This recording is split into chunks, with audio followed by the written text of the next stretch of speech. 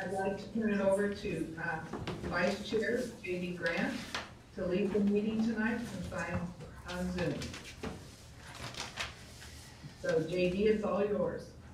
Okay, thank you. Do we have a motion to approve the agenda? I will make a motion that we approve the agenda. We have a second? I second. Okay, all in favor? Aye. Aye. Aye. Aye. Motion carries, okay. So tonight's just a work session, so no action will be taken to this tonight, but we are gonna have some good discussions and presentation about the 24-25 budget and reductions. Turn the time over to So, Superintendent Beckendahl.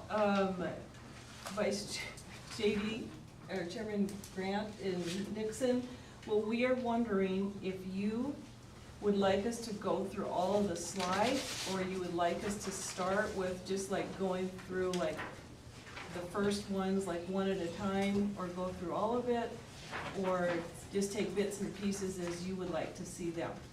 And so one of the first things was Michael, Keith, and Elmira talking about what we sent out on Friday. So how would you like us to proceed? I know. That's a good question. I know, because it is a works, I mean, we can go through the whole presentation, or we could start with one of the first things on the slide with, and then kind of go through it, and you could stop us and say, hey, we'd rather, you know, could you go to this one? So we can do it however you would like. Do you mind if we? I think for the public and the people that are there, it'd be nice to go through the slides so they Okay. can see where we're from and why we're in this position. Okay. I don't know how the rest of the board feels, but I'm comfortable with that, and then I I- want to hear Michael speak for sure. I think we can go through the slides, but I would like to start with Michael. Okay, That's kind of where I was Okay. too. That's But what we I kinda thought. think everyone knows how we're funded and why okay. we're here. So we can definitely do that. So I'm gonna turn it over to Almira and Michael to, do we have that? Or just gonna look at this? Okay. She's got it.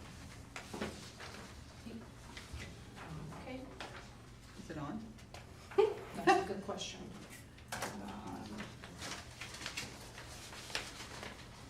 I can do this. All right. Okay.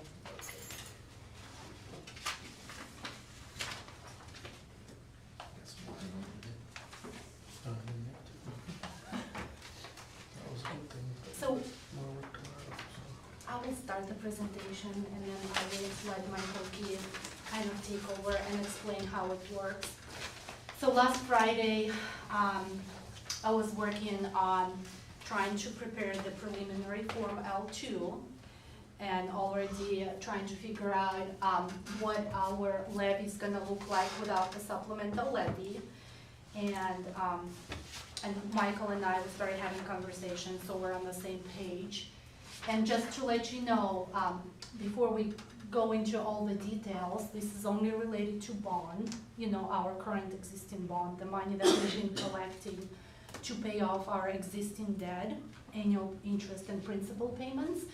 So, and this table represents our current school year, 2023-24.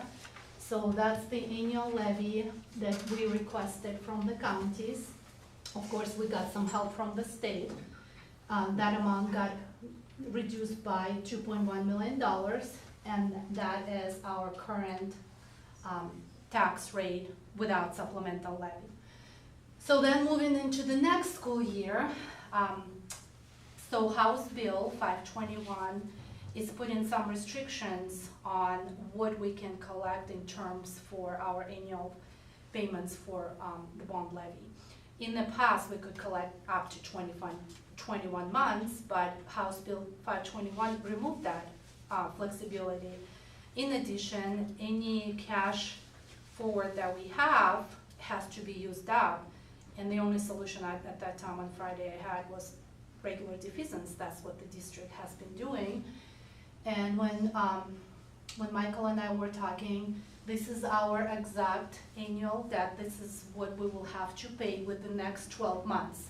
Interest plus principal payments, $4.6 million according to the debt schedule, right? If we levy this amount, we will get the help from the state that we will get, the House Bill 292, has to go exactly to offset as much as we can of that amount, because that's the purpose of that bill. Any annual levy that you have, when you get distribution from the state, it has to be used to reduce this amount. There's no way around it, and there's like a waterfall effect. If you don't have annual levy, then you can do this. If you don't have this, then you can do this. And there's like the list of items that you can do. And Michael brought an interesting idea. He said, well, the money that we have been collecting for the defeasance, would the board members be interested to use a different approach rather than the defeasance? So this way, you can use this money for facility and maintenance. So in other words, I'm gonna rephrase it again. The money that we would have used for the defeasance, we would use to make annual payments. That means we will not have to levy anything. And when the levy amount is 0, then Idaho code allows us to use these funds for regular facility maintenance. It took me a while to digest that. So, and I would like to repeat it again, or maybe we can have Michael kind of explain it from a different perspective, so we're all on the same page. So there's pros and cons to that, to any decision, you know. But and the reason he brought it up, because he asked, well, when do you expect your House Bill 521 money? I'm like, oh, I'm pretty positive we will get it in August. And Michael will share some insights where he think it may not be in August. Maybe it's a good idea to look into this idea. And with that said, Michael, would you like Yeah, to I'm happy to jump up there. jump in and I talk can do that. about this? Okay. But, Well, I don't really have any slides for you. It's just conversational. we'll get some tax rate stuff in there. Yeah, it's, oh yeah, tax rate. Yeah, I can. Sorry. So let's, I think there's a few things to talk about. As you know, we've had a couple of different big bills over the last couple of years that have impacted school districts. The focus for the state has been two things. One, House Bill 292. So I want to step back a couple things and just, again, kind of give you that historical picture from a board's perspective. So, as you remember, and I've been in here and I've talked to the board before, and again, for the public, I'm Michael Keith at Zion's Bank. I've kind of been the district's, municipal financial advisor for a long time, and we've kind of worked long-term on, this plan that allowed the district to kind of manage taxes, keep it low, right? While also understanding that we have investments, right, that we need to make in facilities, long-term. And one of the ways we were managing that for a long time was this, what Almira had talked about, which is 21-month levy. Well, it's actually, it's a specific code section, I think it's 3282A, that just talks about how you can levy for debt service, right? And we've kind of termed it the 21-month levy, just kind of a simplicity standpoint, but really there's this section of code that says, okay, look, if you're looking at your debt service over the next 21 months, right? You're allowed to collect what you need in the current year, as well as, have some reserves, and those reserves from a cap perspective was up to 21 months worth of debt service, right? So that as those payments flow through, you still had funds that were available. And that is one of the many things as of House Bill 521 that's changed, right? In terms of what we can do and how we can levy for debt service. So really, this year is kind of a reset year to now kind of align us with how they want you guys to do that going forward. And really what that is that rather than looking at 21 months worth of debt service, you could look at 12 months on a calendar year basis, right? So what's coming due next year, which really just aligns better with tax flows, right? You guys are on a fiscal year, but you don't receive cash flow from your second half taxes until July, which then comes into your second fiscal year, right? So they're really, by looking at it on a calendar year basis, right, we're now aligning your debt service with cash flow that's coming in. The other thing you said you could do is like, okay, well, we still want you to have some reserves, we're just not gonna allow 21 months, right? And so what they're gonna allow going forward is 120% of calendar year debt service, right? And so we were sitting at 21 months, that's gonna be too high. Now we're gonna be looking at, we need to bring us within line, right, with that 120%. So then the question is well, what do you do with those funds, right? Well, the only thing you can do with it is pay debt service, right? That's all you're allowed to do. You collected it for debt service from taxpayers, even though it was reserve funds. So the only thing you guys can do with money sitting in that bond fund is pay debt service, right? And you guys have always had two options, right? The two options are that I can pay off future debt, right, to fees bonds, which the district has done in the past, which saves interest costs, right? Like I set funds aside in an escrow account until the call date, it calls the bonds in. I don't pay that future payment and I don't pay that future interest cost, right? The district has received significant amount of savings for taxpayers doing that. One thing that's different today is what Elmira was talking about, which is the other bill that passed 2 years ago, House Bill 292. Oddly enough, they called that a facilities fund as well, but the primary purpose of that was property tax relief, right? And so what the legislature did is they put what's called a waterfall in place. They said, okay, we're gonna give you this money, and what we want you to do with it is follow these certain rules, which meant that if you were gonna levy for a bond, then you had to offset that bond with those property tax monies and lower property taxes. If you didn't have a bond, then the next thing in the waterfall was a supplemental. And then if you didn't have a supplemental, then it was a plant. And then if you didn't levy for any of those things, then those funds that were on there could flow through to a maintenance fund, right? And you could use it for a variety of things if you weren't gonna levy any property taxes. And so what Elmira and I had talked about was thinking about the plan with the supplemental, right? That, you know, we increased the supplemental for the reason of we have these critical maintenance projects that are coming up, right? And we had operational needs with those funds and we had capital needs with those funds. And with the failure of the bond, we said, okay, look, let's try to get some funds currently in to try to meet some of those critical maintenance needs of the district. And then we'll come up with a longer term plan for capital once we understood what was gonna happen with, you know, 521. Well, House Bill 521, again, which is kind of the omnibus bill, right? It did lots of different things, but one of those was the other facilities fund, right? The modernization funds that they had, which we're still working through the details of that, right? There are gonna be some rules in terms of what you can spend those funds on. The Department of Education hasn't worked through all those rules. There's also gonna have to be a process for which the state goes to the market, right, and generates the funds needed to start funding that $1 billion, and it's not gonna come all at once, right? So even though you've been given a projected number, it's not gonna come all at once. Now the state has tried to figure out, well, how can we get a little bit out, right? And they haven't settled on that. They've talked about some date, potentially in late August. It's not gonna be more than 10% of those funds at maximum. And if the state does do it, they'll have to use current cash reserves in order to send that out, because the earliest that they likely can get to the market with a large bond issue to help start funding some of this is gonna be the end of the year, beginning of next year, before they can do any significant funding of those funds. So whether or not the district will get some funds, a little bit of funds, or no funds until the end of the year, I think it's still a little bit up in the air on whether or not you can get those funds. So that kind of goes back to what I talked about, that we have these reserves, and what do you do with them?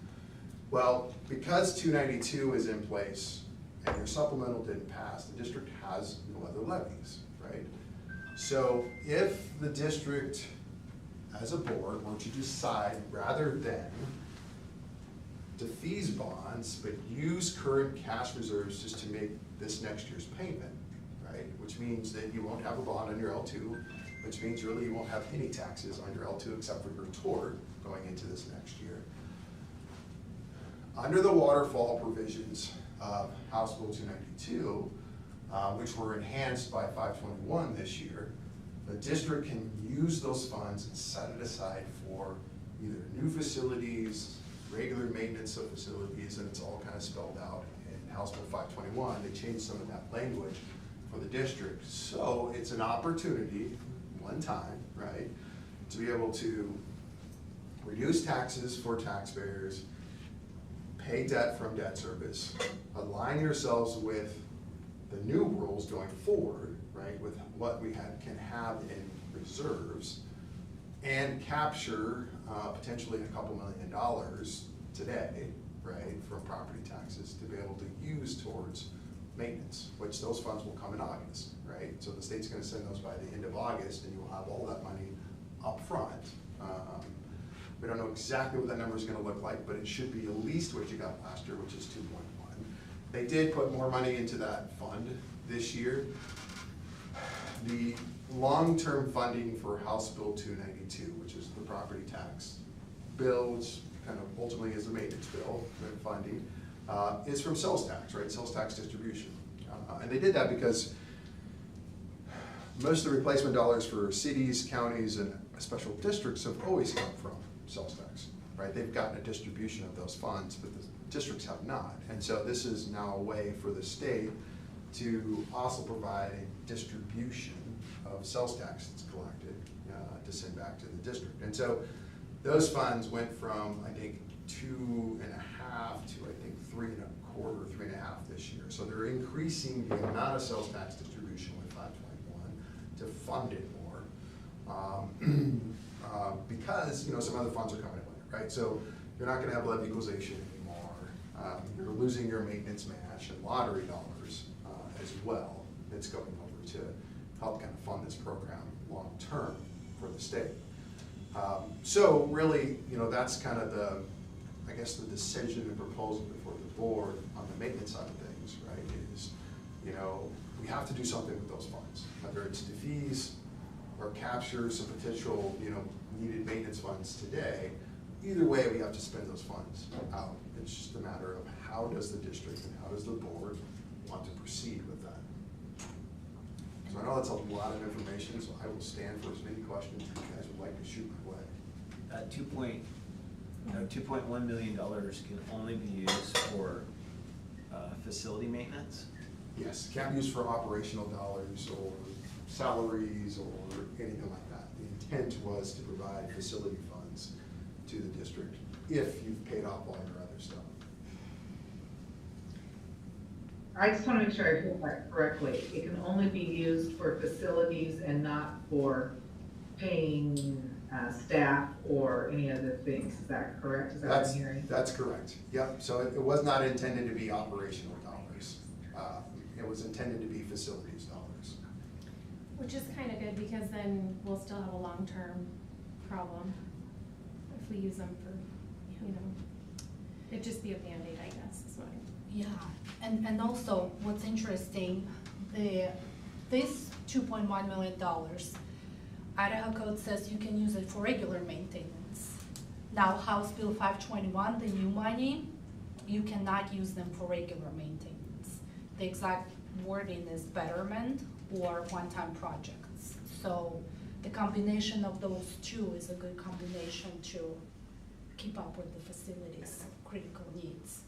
Is that correct, Michael? The language, the betterment and... Yeah, the intent of the modernization funds, which is what's coming from House Bill 521, was to improve, address facility needs on a holistic, larger scale, right? That, you know, that there were these one-time fixes in roofs and piping and other things that needed to be done today and get fixed for long-term, you know, use of the facilities. And so the intent of those funds were to kind of plug those gaps, you know, in the budget. And as Mary has kind of pointed out, not intended for this kind of ongoing, you know, maintenance types of funds. And what they're trying to get to is House Bill 292 potentially being those funds as long as you don't have any other levies. Now, as soon as you pass another levy, right, then that changes. So like if this year you levy nothing and next year you levy something, you don't have to go back and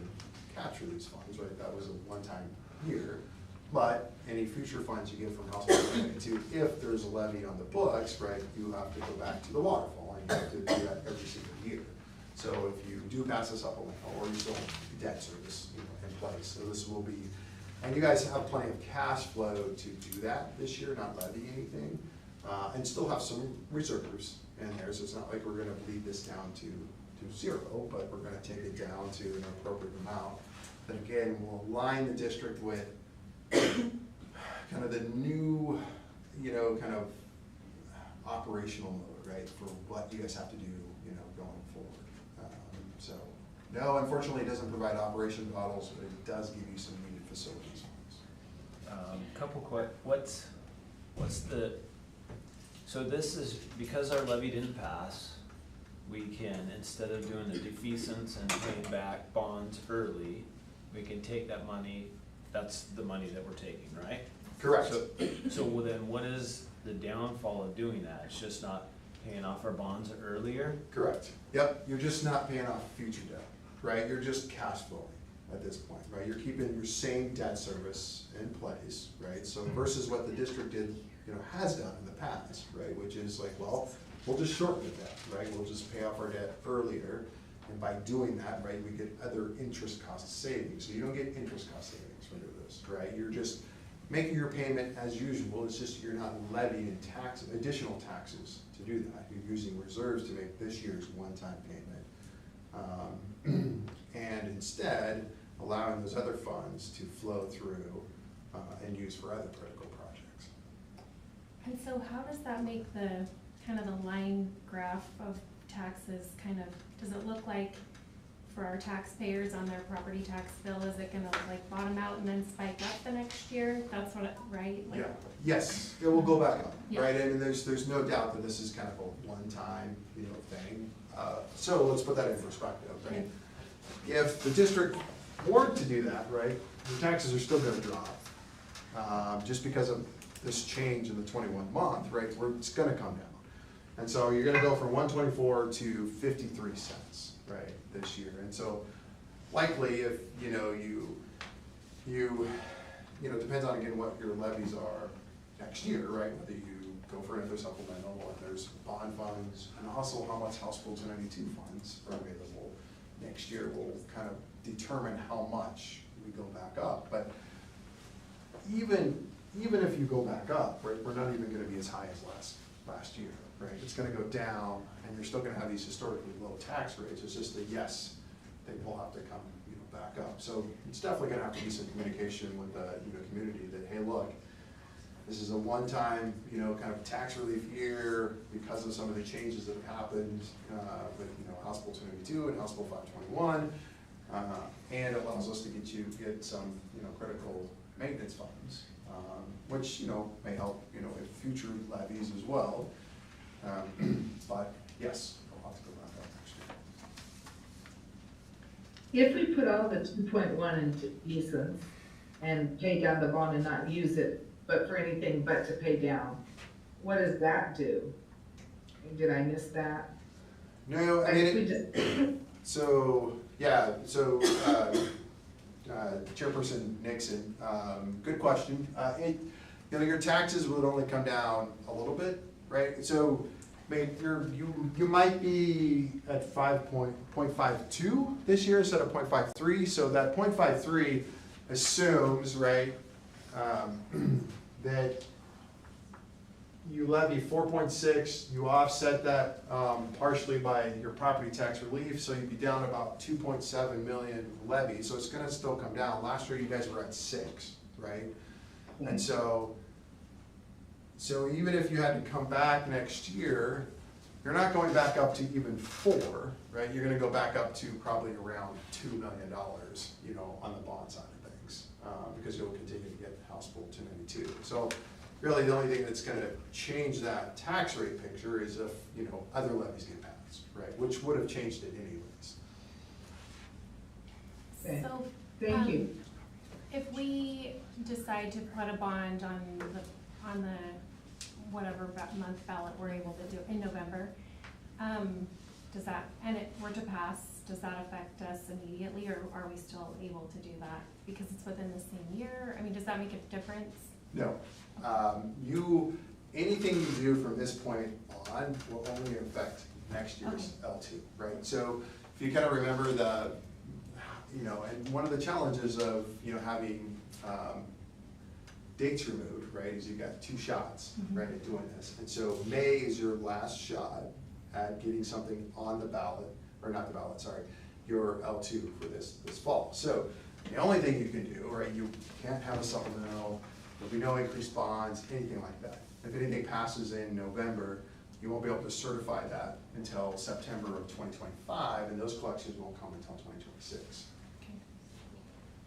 So, a couple questions about the levy. How much on the levy were we gonna plan to use for maintenance for this year? The critical maintenance piece of the levy? Yeah. 2.8. 2.8. Okay. For both years of the, we Each thought all of our year. projects would be Yeah. 2.8, yeah. 2.8 for each year. And remember, that was purchasing buses, so that, we wouldn't be able to do that with this money. Okay. And I think we'd have to check in on the fire and the technology, I don't think we would be able to do with this. The fire panels are is it technology, is it? The fire could work because the security is listed on Good. there, so. It's So just- like They're a lot roofs, fancier now. HVAC, security, The whiteboards and Roofs. that would be considered maintenance? The roof Roofs would definitely be. yeah. and the HVAC. Yes. That's Whiteboards. probably 2.1 Yeah. million then. That would be? I need Should your be. broken, Should be, I mean, we Furniture. can dig in that a little deeper, but, I mean, same thing if you're kind of, ongoing maintenance, building facilities, things like that, so things that are kind of, important to the facility, you should be able to use 292 funds for. So all that's different the funds. 2.142 million. Correct, and that was what you received last year, you might actually get a little bit more this year, we're not sure yet, because they did increase that distribution that's going to happen under that formula. And sales tax for the state is still continuing to perform, so the expectation is you should get a little bit more than that, but that's what you received last year, and so we kind of put that number up, that we should at least get that, if not a little bit more. And what's the amount of difference that we could use? For defeasance, is that what you're asking me? Defeasance, yes. Yeah, so that's gonna be a different number, it's essentially gonna be around this $4 million number, right? So it's either we use that to pay current debt service, right, or we take it out and we pay future debt service, is really the choice. And since there's no levy, we are able to use that for facilities. Correct, so if your supplemental would have passed, this would have been a different conversation. There's Correct. one, the need wouldn't necessarily be there, but if you did this model, then these funds would have just gone to offset your supplemental, and they wouldn't have flown through as extra dollars. Because you can only use it if you don't have a levy to pay. Correct. The Yep. waterfall effect. Because of that waterfall, it has to be used as property tax relief first, right? But if you're going to zero on your property taxes, which is what you would be doing, you'd be using cash flow, then it frees up that funds for critical projects in the district. So essentially, we could just leave that alone and use the House bill relief money Correct. for facilities. So- And then it doesn't affect the tax on the tax rate on the. Well, so the tax rate will go down to almost zero, right, Okay. this year. So yes, so we showed what the tax rate would be if you continued on this plan, which would be around, $53 per 100,000. You'd be almost at zero, right? So really, all you'd be leveling is your tort, which is around 200K. That's it. So there's different pieces to this puzzle. There's different pieces to the puzzle, correct? It's almost, but I mean, we take this money and the tax rate goes down. It's Correct. crazy. Tax rate's going down either way, it's just how much. Yeah, but it'll go down more if we take this. Just for No? this year. No, so Just if for you, this year. if you follow this plan, so, Mary, if you wanna go to the tax rate graphs that we have in here. The list one. So this plan, which is what Elmira was showing, so if you guys decide to defease bonds, right, so not use it as cash flow this year, your tax rate will go from 124 to 53 cents, right? Because, and part of that is because you levied 6 million, which is part of that 21 month, you can't do 21 month anymore, so your levy has to come down anyways. Plus you have House Bill 292 fund, so then it has to come down even more, right? So that 4.6 has to be offset by your 2.1. And so you only be levying for the bond just a couple million this year, if you decide to take cash out of your bond fund and pay off future debt. If we roll forward, 2 more slides if you want to go. Two more slides, okay. Yeah. So your tax rate under this plan, if you utilize it as cash flow this year, right, you're not levying anything, right? So you're which what frees up that House Bill 292 funds for somewhere else, you'll be at 4 cents. And then it will probably go back up to that 50-cent mark next year. Does that depend on the amount we use, or is that just in general? It depends on, well, it depends on how much you certify next year, Right. right? So if you're just certifying for the bond, it will likely be, I mean, your debt service is pretty set at this point. And again, that'll depend on how much you get in House Bill 292 funds. If that goes up, right, then your tax rate will continue to go down on that. If you receive less in 292 funds, which is again out of your control, then your tax rate will have to go up a little bit, right, to service the debt. Now, if you add another levy, right, that's a different story, right, then taxes are going up either way. So what downsides are we not looking at? Like future, like how does it play out in the future? What kinds of things are of concern? The only downside I see is the tax rate goes to the very bottom, like 0. People will see barely a few cents, and next year, whether we run for supplemental levy or bond, we still have to go back to paying existing bonds. It's gonna go back to $50 per 100,000. Just the communication, like we will have to explain why does it spike to 0, Yeah. 1 year nothing, and then going back up. Yeah, if we use this, it's almost gonna spike to 0, and then, if we do pass a levy, then it's gonna spike back up to, what, 3-ish? But which, in my opinion, I mean, for the longest time, we were celebrating that we were at under 5 for quite a while. Yeah, so I think maybe a couple of comments on that, on Trustee Grant, if I can. So I think I want to put some context around that. So if you think about this tax rate of 124 that we're at, right? That is essentially a $4 million net levy, right? Well, 6.7, right? That you guys levied. So $1.24 essentially provides $6 million of tax revenue to the district under current market value systems, right? So what's happening now, right, is this has to come down no matter what. So back to the supplemental levy question, right? It's not gonna spike up to 3, right? If you added even the $5 million levy, right, and you're only gonna be at probably $2 million at your bond next year, at probably a maximum. So you're at 7 if you went for that big of a supplemental again. So you're gonna probably be back to 124. And you're probably gonna be back to where you were this last year before going into this last, tax cycle. So, Trustee Lowe, you asked about the downside. So there's probably 2, right? So one is, yes, tax rates, right? What I would say about tax rates is that is kind of becoming out of your control anyways. The legislature's made so many changes to how we levy for things now. It's gonna really make it impossible for the district to control its levy to a point that it will never go up. Now, we can try to manage it so yes, there's not these major spikes and we're going from 0 up to something. And that is definitely a communication question, right, for the district on how they want to communicate that, and if that is appropriate and what you want to do and how critical those funds are to the district today for maintenance projects. The other downside, right, is the other thing we talked about, which is you don't shorten your debt, right? So if you are thinking about a bond, right, the benefits of shortening debt and having lower interest means if, geez, if I pass a bond and I'm able to fit that in, then, that helps me amortize that debt quicker, right? And try to minimize, the tax increase from a potential bond, no doubt about it. and there's been, lots of savings from that. I think the other question for the district, though, is, we haven't really had an opportunity to kind of sit down and figure out what those needs are in light of 521, right? We know that we are getting, approximately $21 million from those funds, which are gonna help offset, right, some of those needs on the bond side.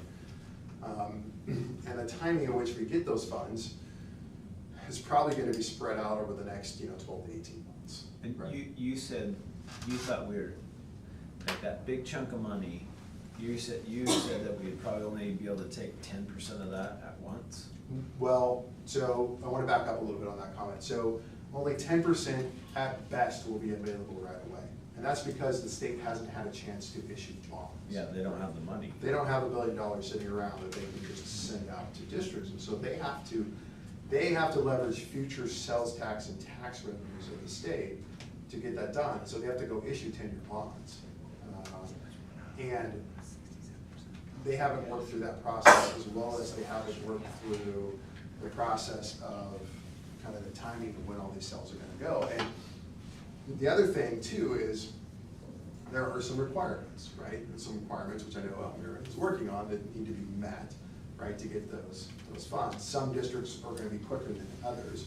So it could be that, say, they do their first cut at this is 300 or 400 million.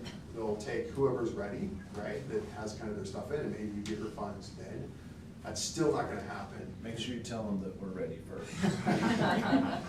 It's still not gonna happen We until are. end of the year, beginning of next year, right? There's, because of all the steps, right, that the state has to, it's interesting. So we've talked before with your current bonds, tax exempt debt comes with rules, right? This one will be a little different, right? The state is issuing bonds, not the district. The funds that flow through to the district will actually be grant funds, effectively. And so how you spend those will really be up to the state, right? The state's gonna put whatever parameters and what you can spend it on. The one benefit that will help with some of this going forward is that those funds that you do receive, when you do receive them, are not yield restricted like they typically are. And so in the environment we're in right now, where you can earn 4.5% to 5%, you could earn that, right?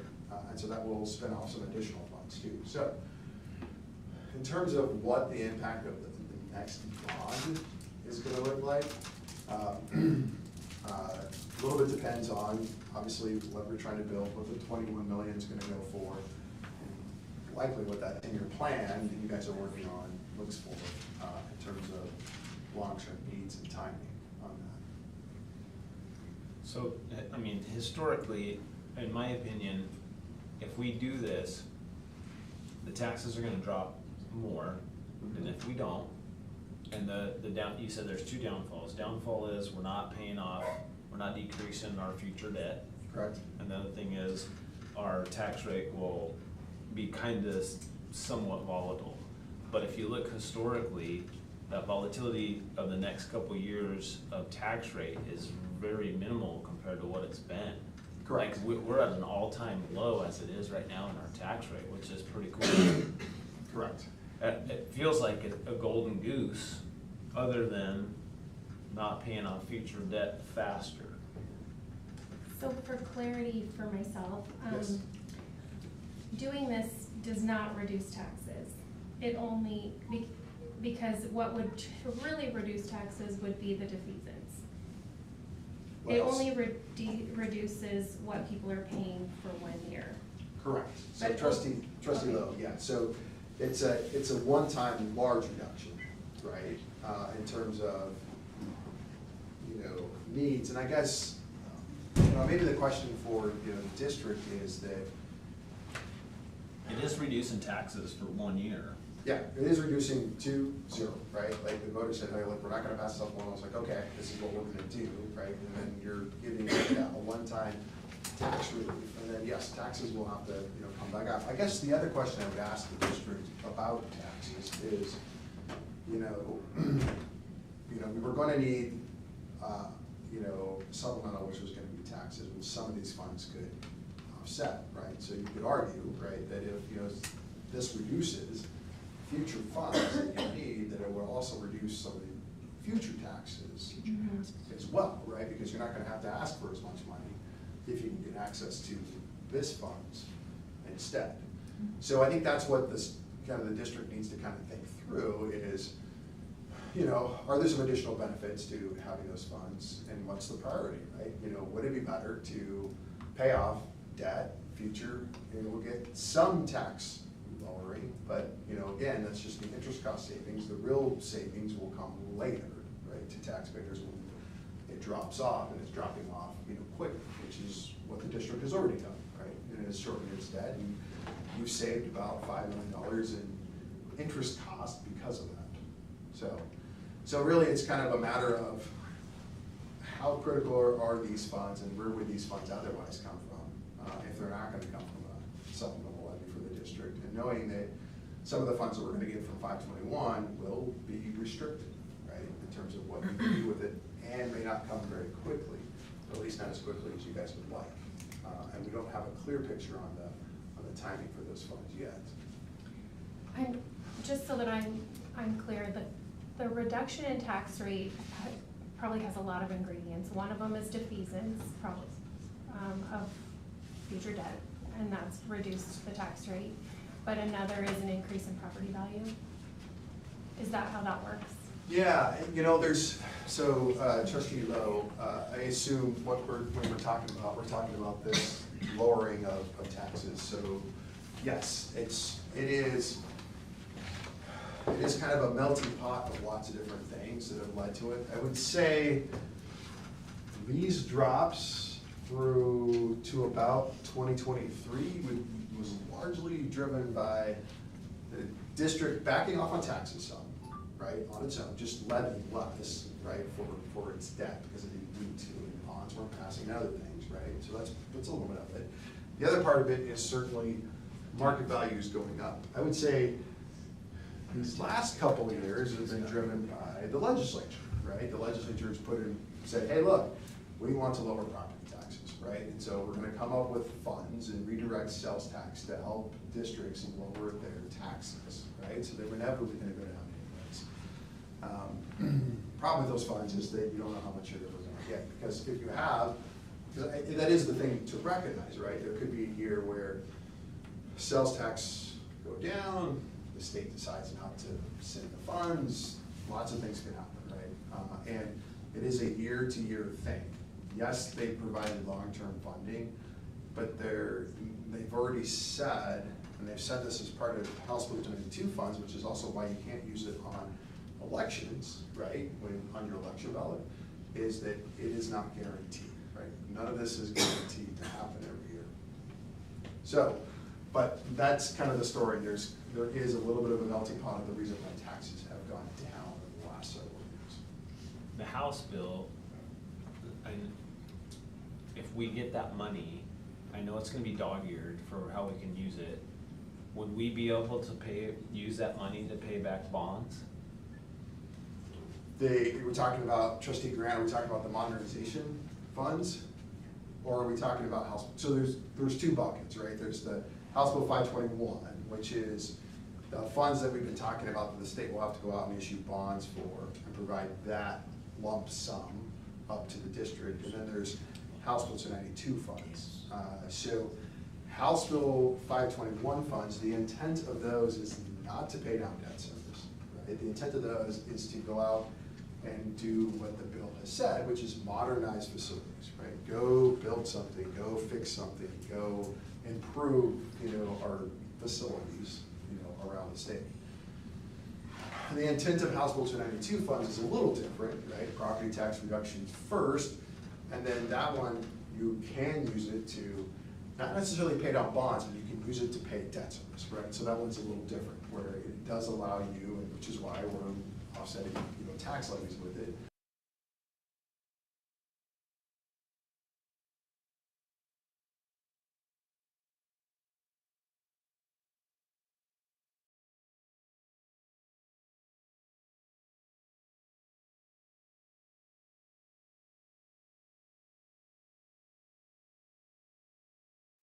Into the queue, right? The water bill that you'll look at every single year. So 292 could be used to pay these debt services back if we pass a levy? Well, yeah, there has to be a levy in place, so it's not where you can, so the one thing that the legislature put into place is you can't do what's called duplicated funds, meaning that if you're getting this 2.1 million, you can't go levy 4.6, right, for a bond, or essentially 6.7, right? Use 2.1 offset to get to 4.6 and then have $6 million in the debt service when your funds are only 4.6, right? So what they're trying to say is, we want property tax reduction, right? You can't collect more than you need and then do the defeasance, right? And we're also capped under 21 month now, right? That's gonna make that more challenging to do. So their intent is that it needs to reduce taxes first. And then if you've done all those things, then yes, it can go for future bond debt service payments to offset that, or, pay facilities. Well, so it'll either help us decrease taxes or pay back debt. Correct. So, yeah, okay. I mean, I feel like if you look, obviously I know we're not taking action, but just for discussion, like, I don't know if you pay down debt when you're at if your roof is caving in, you know what I mean? Like, that just kind of seems like when you prioritize things, you're gonna fix your caving in roof or your heat and air conditioning before you pay off your credit cards. I don't know, to just make it very, very simple, I don't know. That's good. Can we don't have to use all the 2.1 for facilities. We can take a look at what we need, is that correct? And then use some of that for your defeasance? Can you use it partially? No, so trustee, Chairperson Nixon, so if you made this move and you freed up the 2.1 million, then the use of those funds then have to become, facilities funds, right? So you can't then later use some of those funds, right, to then go to fees bonds. Like if we wanted to fees bonds, then we would want to be able to capture some of that money this year and then to fees and then offset taxes otherwise. So because facilities are kind of the last in the waterfall, right, we've kind of chosen not to levy for bonds or debt service or anything else, and therefore we get to use those funds for other projects within the district. I have a question. Okay. Is there any other money anywhere in the budget that could be used for critical maintenance? Like, are there other funds that can be used? Unfortunately not. We are on our last dime, whatever we had left from 2017 bond, and we are completely dependent on the money that the state promised, that Michael was talking about, House Bill 531, 10% in August hopefully, and the remaining dependent, but no, currently we would have to use our general fund.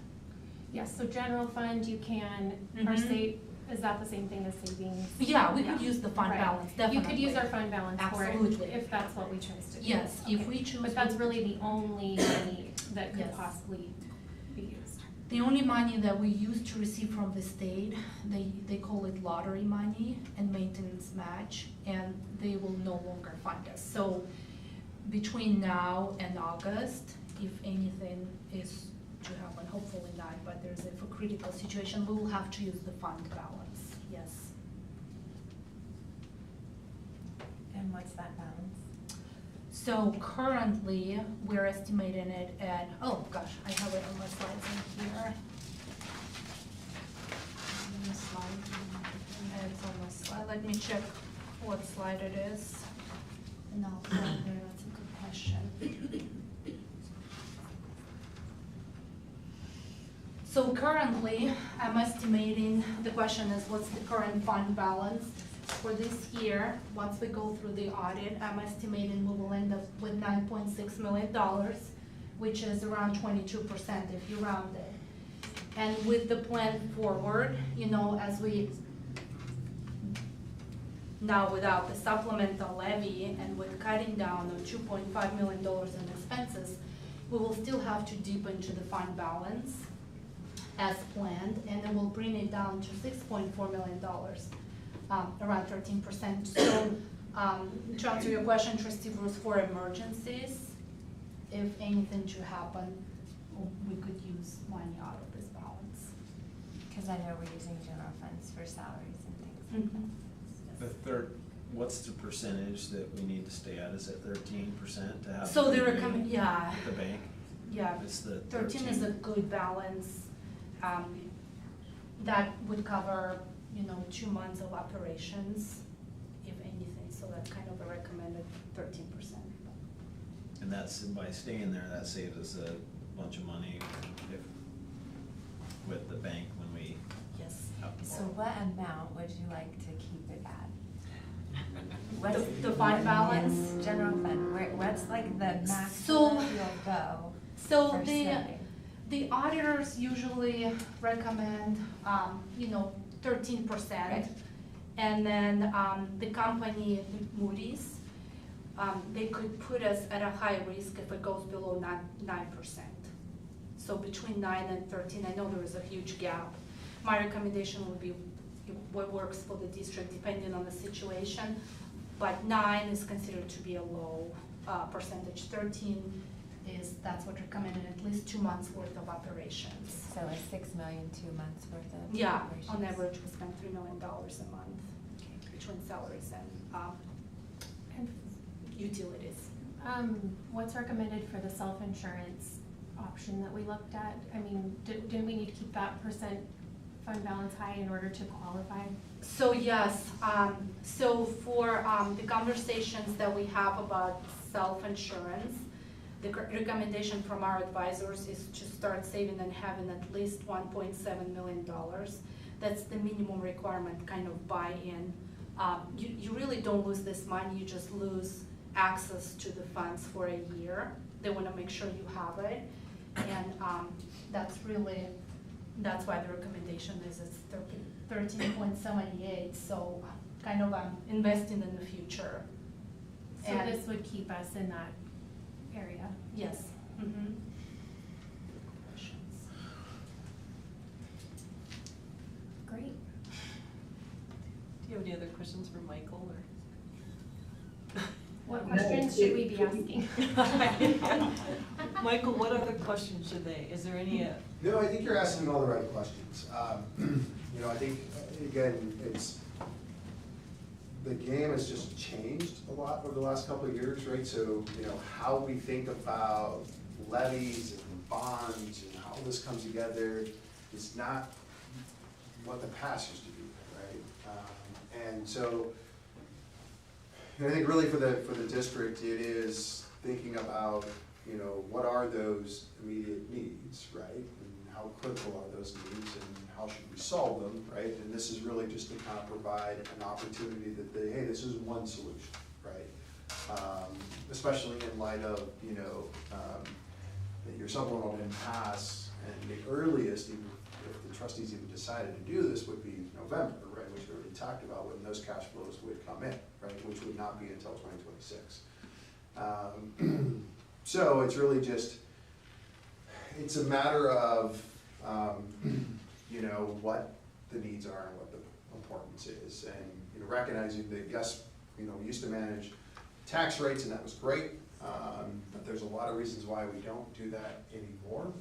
And now it's really looking at what those needs are of the district and what do the trustees want to do going forward. And I think you guys have asked all good questions to understand these very new, complicated bills, right, that the state has put before you, which is House Bill 1082 and House Bill 521, which have been two very significant bills that they've passed that's impacted school districts over the last couple of years.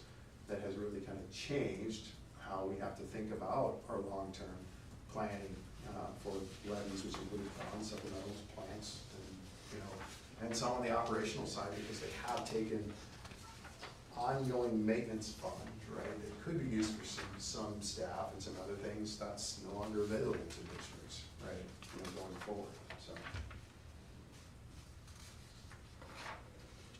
Thank you. Thank you. Yeah, my pleasure. thanks for thinking of that. Yeah, no, happy to do it, Thank that's you, what we're here Michael. for. That was a good idea. Thank you. Yeah, well, let us know, obviously, if there are more questions that get, generated as trustees start to have, more conversations about this, and if there are, of course, any other follow-up that we can do for the district, happy to do it. Thank you, Michael. Yeah. And Elmira. Thanks. Yeah. I think one point that I wanna make as a board, make sure that we communicate with the public, that this is only an option because the levy didn't pass. I just don't want the public to think, oh, there's other options, and we don't need to pass a levy. Like, I just want people to understand, this is only available because the levy didn't pass. Correct. And really, it only benefits the critical maintenance portion of that levy. It's only taking place for a portion of the critical maintenance that would have been in place with the levy, not operational funds. Correct.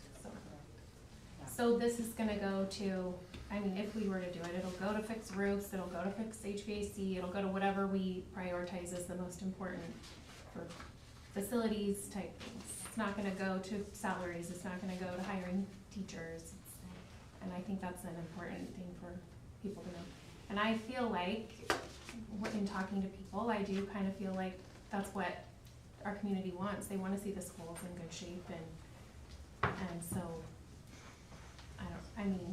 I'm not sure, no one knows why the levy didn't pass.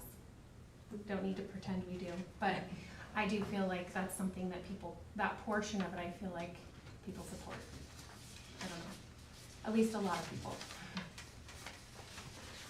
Well, it's there, so at least you guys have are able to have a conversation about it.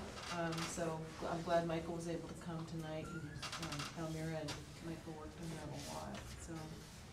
So in here it talks about first year of facilities money, so would this address that? Sorry, what slide is it? Temporary closure. Okay. Which slide are you looking at? Okay, is it this slide, is it this slide? Oh, So if we use the money from House Bill, does it help with the facilities money to address critical needs? That's what we're talking about, right? Yeah, this is the allowable use of funds. Okay. Because it's, the flexibility about it, it doesn't just say, it doesn't dictate what we could use money for. It has a very, great description, facility needs maintenance, ongoing fixes. I think that we probably should take it from the top of what you guys' recommendations were, because, yes, if we do this, we can pay for that so that we don't have to close the annex, but do we have enough money to pay for admin and teachers to run the annex and the classrooms and the education that's gonna take place? So we could go back to, do you want to go back, Elmira, to the slide, because I think Brian's gonna. This one? It depends on how far you go back. Yeah, 25%, sorry. let's see where we are. Okay. Do you wanna- Yeah, go ahead. Chairman Grant, did you want us to starting to see if there's things, Probably let's I try think to, it seems like a good idea. let's Okay. did you want to? go through the The top, very look at, first slide, No, we don't need to go back that far. We already know. okay, You guys go. so There is maybe. one slide though, because a question was asked about from the state, like we spend 9,000. Did you all see that slide? Can you Oh, find? that's about the funding. Yeah. I would like to go back to Yeah, that slide yeah, if yeah. possible. Can, Okay. right here. And time-wise, I'm gonna try not to take a lot of time, but we actually receive a lot of questions, and I can see where they're coming from. When you go to state's website, there is a requirement, they have to report an expense per student. And what they do, they take the total expenditures that we report and they divide it by the number of students, and then they have this big number, like as soon as you click on the district, and many times, it's really hard to see all the details, and people think that's how we're getting funded, $9,000 per student. So this is actually an expenditure per student after the fact, just kind of because I receive the same questions, and I can see, you click on the school districts and there is that huge amount. It's a combination of CTE funds, federal funds, title funds, they combine it all together and divide it by the number of students. So this is the expense amount, not the revenue amount. And just a reminder, and you guys already know it, but it's more for the public. This slide just shows how we're funded. And this is our true funding. Here's our enrollment, but we're actually funded based on the attendance. All it takes is for a student to get sick, or even have maybe a dental appointment 1/2 of a day, or maybe a family's taking some personal time. And on average, our attendance is 93.5%, which generates 264 units. So this is kind of a breakdown of how units generate the revenue. And I have attached the detailed PDF document showing line by line how the revenue is estimated. Can you give us a number? Like, this is 9,035. That is the expenditures, but like, how much are we funded from, federal, state, whatever? Yeah, what I could do, I don't have that number right now. Since we're funded based on units, what I could do, I could take the total amount that we received and divide it by the number of students. That will give you an idea of how we're, like, the estimated amount received per student. And then we can From all compare. Sources, or? Yeah, Like, I could do that. Like, it'd be interesting to know, like, this is what we need to spend per student, how much are we funded, like, per student gap, I guess, is what I would be interested in Yes, seeing. I It can might be definitely helpful. provide that Okay. information. And then, are we going, I'm gonna like go through the slides really quick. And many times, sometimes I get a call like, are we really overspending that much, $5.7 million? And the truth is, not really. We just lost 2 sources of revenue. We lost our supplemental levy and our ESSER funds. When you lose the revenue, there are only 2 ways out. You keep asking for more money, and you cut down on expenses. And this year, we are using a 50-50 approach. And so right now, the current plan, unfortunately, the supplemental levy failed, and we have to reduce our expenses accordingly, $2.5 million, and that's what the proposal is gonna be. And even with that, we're still gonna use our fund balance to cover the remaining 3. And when I estimated $3 million, I go very conservative because of so many unknowns. I estimated inflation and estimated kind of worst case scenario. Could it be better than 3? Probably. But I'm kind of going with the worst case scenario, so we could be ready for the future. The goal is definitely not to dip below 9%. The recommendation is to stay at 13%, so we can try to invest money into self-funded insurance. And for current year, and this is what we're gonna go through, is the proposal, unfortunately, to cut down on $2.5 million. Otherwise, we will exhaust our fund balance shortly and go below 9%. And I'm sorry, I just have, where's the 5.7 coming from? Like, Over 2 years.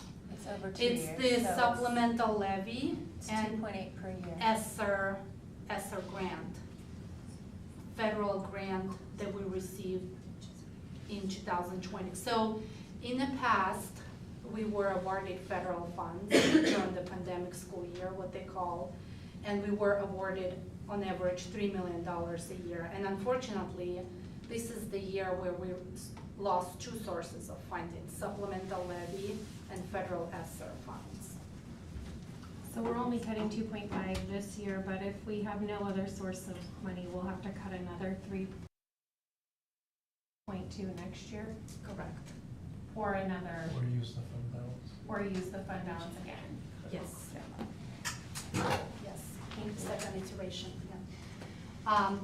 And for the, and this is kind of addressing your question, for the next year, we're gonna decide what's the best path for the district to address. And like I said, I go very generous on the expenses. When I'm not sure, I always add the inflation, I always add potential like curriculum, technology, what can possibly go wrong with that. so between $3.2 million.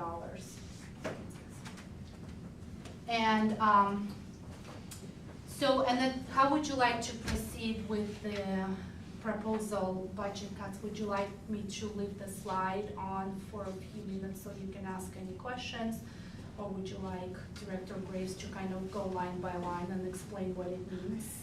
I think an explanation would be good. Okay.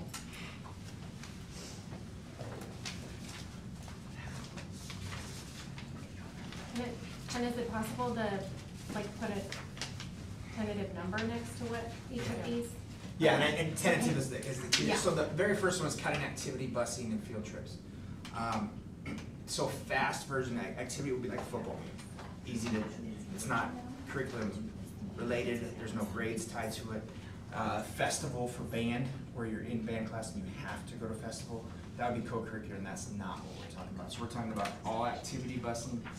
And then field trips, if your PTA still wanted to have people go to the zoo, and it wasn't curriculum rated, then PTA, if a booster club said, hey, we want busing for track only, and we want to pay for it. So we just took out what did we spend in activities and busing. We estimated that was $70,000. And the quick comment is going to be, why is it only 70? Remember that 85% of our transportation is refundable, so we only pay 15%. So this is like, represents 15%. Of what the true Okay. cost is, Okay. but you got your oil, your gas, and your pay for the drive. Okay. So I'm just gonna ask, okay, so for football, for example, how do the kids get there if their parents can't take, if they have no way to get there, how do they get to their games? Absolutely, yeah, West Ada does this right now, and they do some carpooling, they do. So is there a policy, I We mean, have- There would have to be a policy change. yeah, so parents could take their kids? Yes, Yeah, Oh, so you would change we'd that. have to change. It would have to be a policy change. right. And then how many field trips do kids do in general? I mean, what is that cutting out as far as? Because, I mean, high school doesn't really take field trips, so this would be affecting more elementary school than secondary. Correct, but and then your elementaries don't really have activity busing. They don't really. So it's kind of like Okay. the way. And remember, we're not saying to do this, we're just giving you Sure. like the worst restaurant of all time, the menu to pick your food from. Okay, so I have, so what if a teacher wanted to do a field trip, and parents volunteer and they sign forms and do it that way so that they're still available to do? Yeah, like if a PTA, PTO say, hey, we're gonna pay for this field trip. Just another question too, is it possible to ask parents, like I know sometimes when my kids were in elementary school, they get a note home and it's like, this field trip is gonna cost $750 or whatever. Sure. Like, Pay is that for it. still available? Like, teachers could be like, we wanna go on this field trip, it's gonna cost $15. Like, Yeah, I think that would be the fun of rewriting the policy to make it Okay, fit how we want it to. yeah. So would that in turn be able to cover busing? Like, would they have I access think if to a you, bus? yeah, if you chose to make it so that the trip could be taken as long as it was cost neutral. So you said, Okay. as long as we don't use any district funds. for it. Right. Yeah. So then my next question is, parents do pay an athletic fee, what are they paying for? Then- Because that was for busing. Absolutely. Yeah, we still have the coaching salaries, we still have the cost for the officials, the cost for the scorekeeper, all that. So you could go, because that's gonna come up, is that one of these? Yeah. Later, you'll see that we talk about raising fees. Okay. But yeah, this would take a policy change. You want the next one? I think we just rewrote that one. Cause yeah, right now, you're allowed to ride to the game, but you can't. You could ride home with the parent. Remember that our AAU does freshman basketball and our American Legion / club does freshman baseball. So there's 2 teams already that have no transportation. Cutting curriculum, it's a supplemental, not core. We have a list of these that we talked about, and we kind of put a dollar value on this one is 75%. That we would cut into 75,000, not percent. And can you give us like some examples of that? I think learning without tears was one. Was it handwriting? Handwriting without tears. What is that? It's in that elementary supplemental writing instruction. I think no red ink is another one at the high school level. These are all supplemental. So meaning not your math book, but maybe a come beside curriculum that helps support that. Okay. But we kind of just gave it $1 saying, hey, let's cut 75. Our goal was to spread this out, so it wasn't just we're cutting per grade. To try to spread it out so everyone got. So what, if we're cutting some of that, are we cutting things that are actually helpful to students? I would say everything on this list is helpful to students, or otherwise we wouldn't have been doing it to begin with. So how important is the curriculum part? It's like a trick question, isn't it? Because it's all really important, but we're saying that the only way to get to I know, but 2.5 this one's a million little, this one affects the Sure. kids a little bit more than a bus would.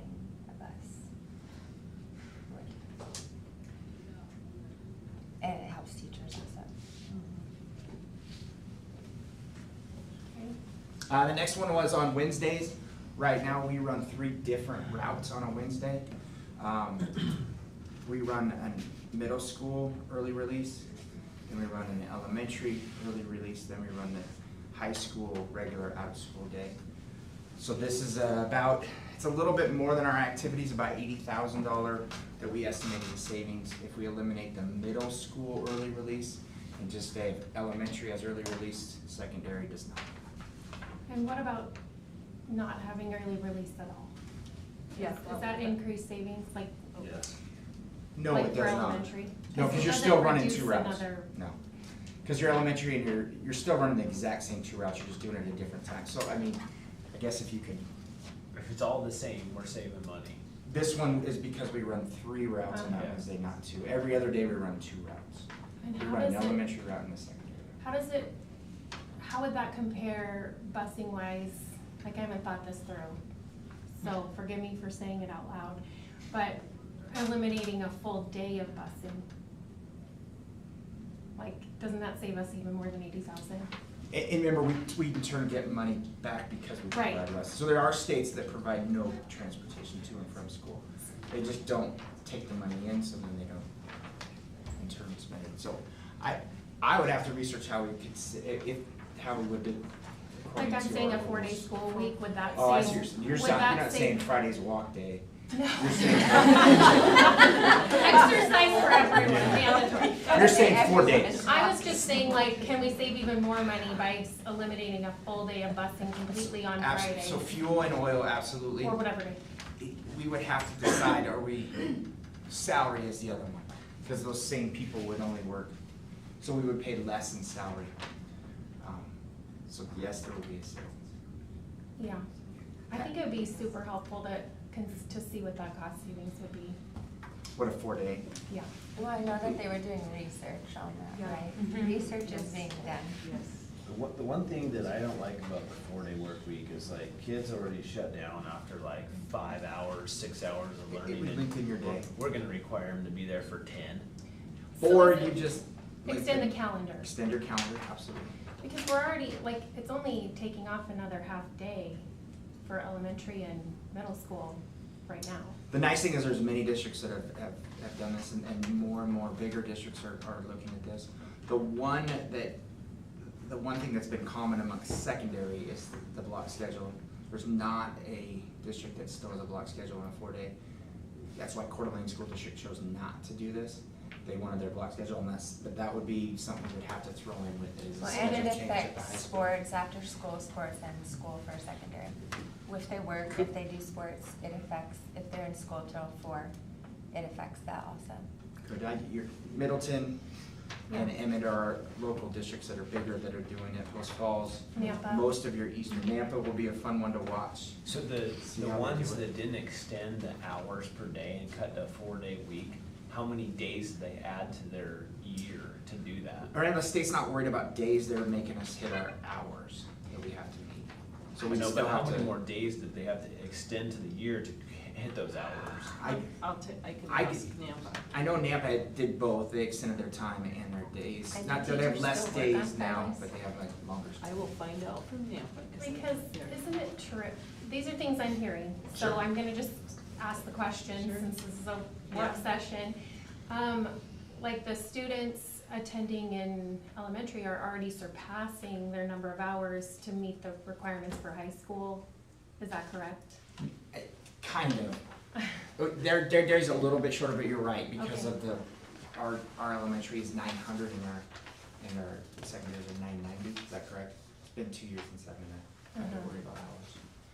I think a 4-day school week picture would be, like, with budget cuts. I mean, if we're doing things that cut $70,000, it seems like we're gonna save some money, somewhat. And we do have 4-day, like, as. Do you? Well, It's because on we, here? It's on. Oh, Yeah, I'm because of sorry. the next, There.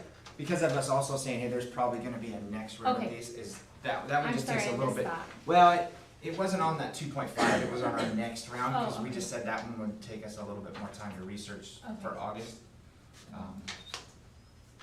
Not replacing student devices, which eliminates, this would be a one-time savings. So what does that mean? So right now, my student is able to take his computer home, Right. he's able to keep using it, and then we buy another round of these Oh, Chromebooks. Now we'd say we're putting them back in the classroom, and now he uses his math computer in math. That's my son. And then the next period he goes to language arts. he's He'll not use his- using his own. Not the same one. It won't travel, it won't go home. It will just be like how we used to have them in the So if someone classrooms. does digital learning, how does that work? Their mom and dad definitely have something to do digital learning from home. And they can use their money they saved on their levy taxes for that. I mean, for real, right? But I think the not replacing the student devices, wouldn't it be still kind of a repeated savings, because we wouldn't be replacing them, like, we have to replace a certain number every year. That's where the next, Oh, well, what's probably, it may not be that big stream of the savings. We said the first time it would be 320,000. But you're correct. Now there's gonna be a few more damaged, a few more changed around keys, a few more. and so do you changed think it around- would make it so that teachers would really have less access to digital learning options for their students? Possibly. It just depends on what's at home for computers or what's in their pocket to do their work with. Because they wouldn't really have them in every class. Right now Chromebooks are not going home at the elementaries. They just are at the middle and high, so that would change the way the middle and high kids. It may change Netflix a lot too. I mean, what if they took them home during the year and the end of the year you collect them and then? That's what they're doing now. Yeah, you just run the risk of that kid didn't bring it back and your teacher needs that computer. This way they become back to ours. They're not the kids anymore now, they're just the schools. Isn't there a rule for that though, now? You talking about policy? A policy or something about if a kid loses a Chromebook or? Oh, yeah, you have to pay, absolutely, or you check one out. Yeah. Or if you misuse it, then you don't get. You don't take one home? I'm just thinking there's some students who don't have access to anything at home. Absolutely, yeah, no, once again, we're not saying this is. Possibly if we do that, maybe there could be ones that you like check out if you need to. There'd be some in the library. Yeah, okay. Yeah, we can work on, again, we can figure out whatever would be best, Next page, this was some of the suggestions of the people part.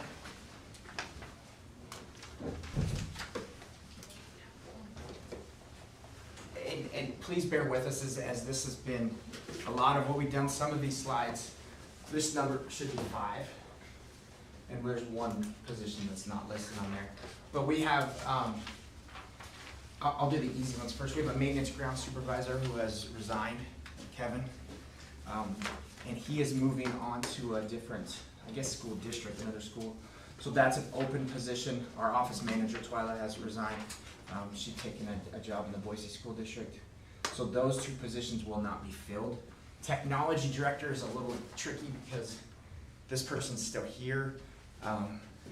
Kim is stepping up 1 step to be superintendent. That means somebody will fill her role, somebody will fill that person's role. So ultimately, it's our technology director that we will not be replacing because of Wendy's resignation. Does that make sense?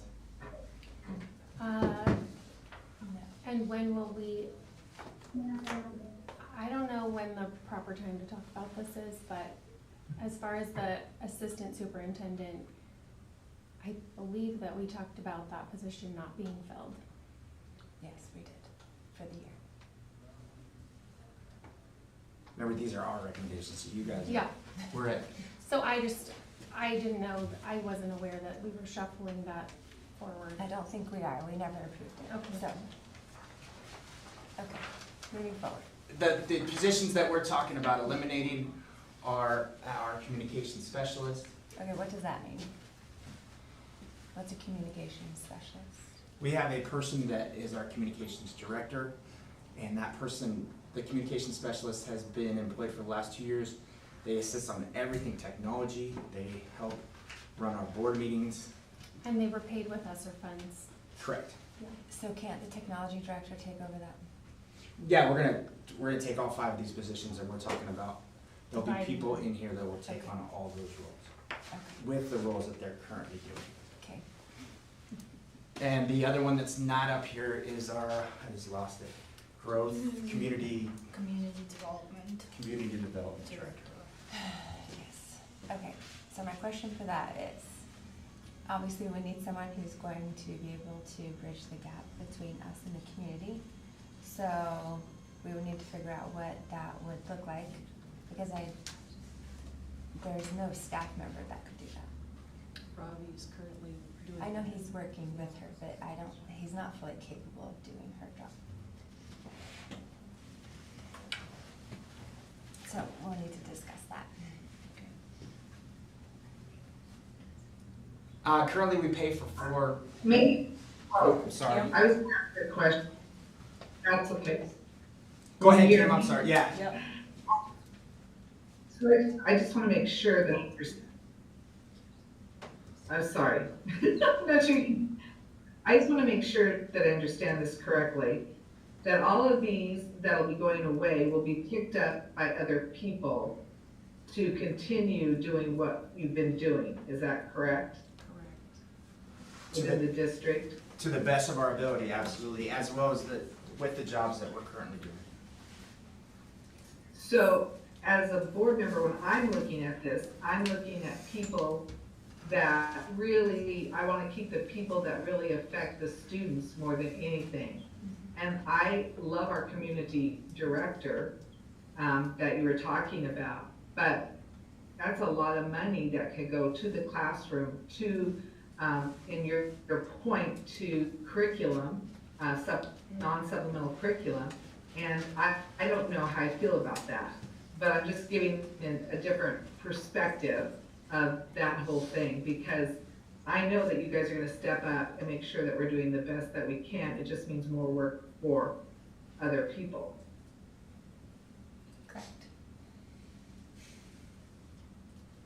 So I'm done saying what I was gonna say, but I'm not sure that we need that person when we're losing out on stuff that really counts for kids. Yeah, and just pointing out, I assume all of you got an email from the mayor saying, please keep her.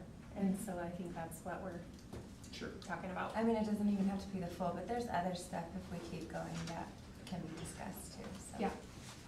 Something to think about. Yes. Currently, we pay for 4 resource officers. We are recommending that we pay for 3, and we find grants and we find other ways to We have, do this.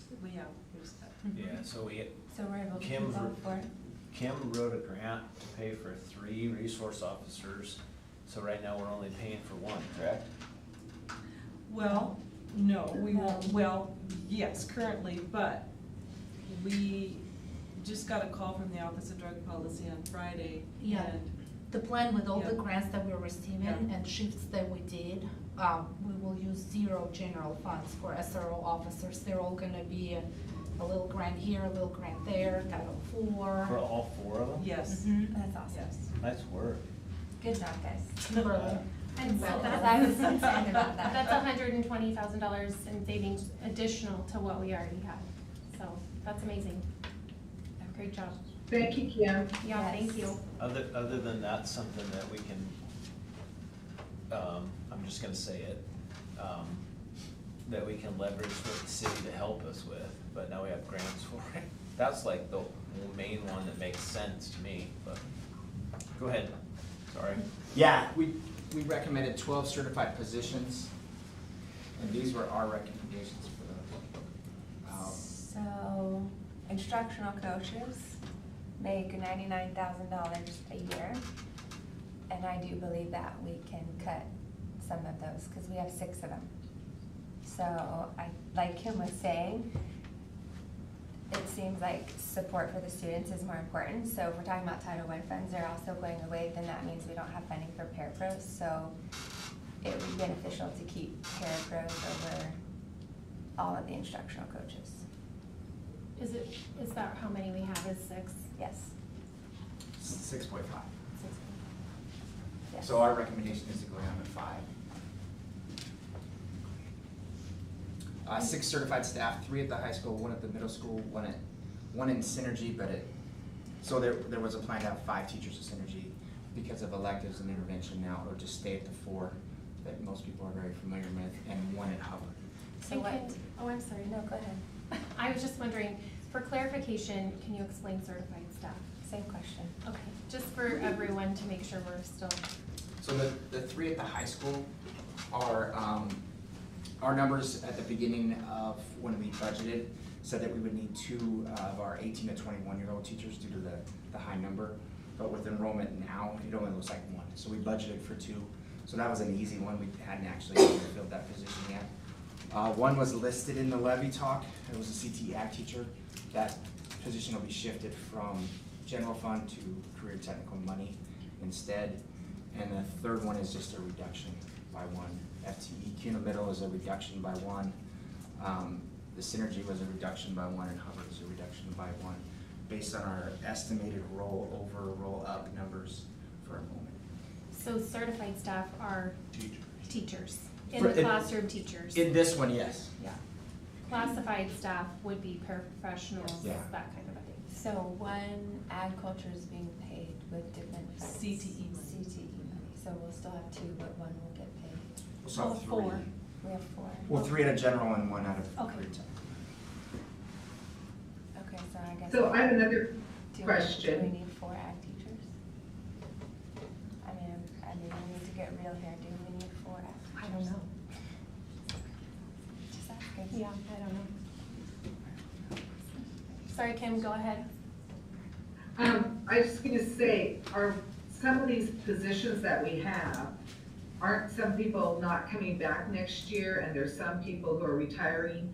So actually, we're not losing any teachers, is that correct? We're reducing 12 positions. So the numbers of people teaching are 12 less. And all of these people have either placed somewhere else within our district or have resigned, retired. So like 2 issues are, one issue would be like taking care of the people, hopefully that we can keep good people and give them jobs, but another one is paid positions. So we're reducing with this plan 12 paid positions. Possibly some of those people will have other jobs Correct. within the, Well, instructional coaches don't teach. right. They teach teachers. But we could use those instructional coaches to go into the classroom if needed, correct? Correct. So the 1.5, one is a resignation, the other one will be transferred within the district to another position. 2.5 pupil personnel staff. Remember, these are your social workers, your nurses. So we would go down by one of our nurses, half of a social worker, and 1 counselor. And just so you know, those positions, the nurse position, that was paid out of COVID money, and so that doesn't exist. We had hoped all year that they kept saying, hey, we think we're gonna get that COVID money again, and then it was like May 1st, they go, oh, sorry. So that was a hard one. Social work, that was again, money that was just a one-time, 0.5 of a social worker for a one-time year, and so that position doesn't exist. Because again, that was in general funds.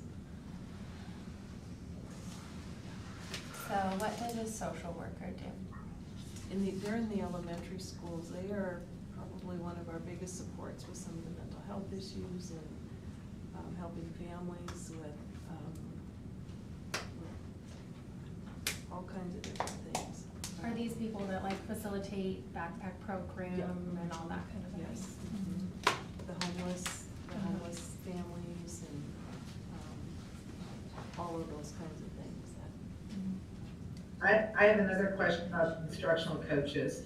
If they go back to classrooms, do they go to classroom salaries, or do they keep the salaries they have? The salary piece is the same as a teacher. Stipend. It's the extended days and the stipend that follows the instructional coach, so those people would not get those. And so it would maybe, It would be a pay reduction, yeah, but it'd be a less work reduction. they'd work less, get paid less. They have less responsibilities on them. Never would I ever say a teacher works less. Right, okay. That's not coming out of my mouth. They would change their Yes. responsibilities. Correct. That's a better way to say it.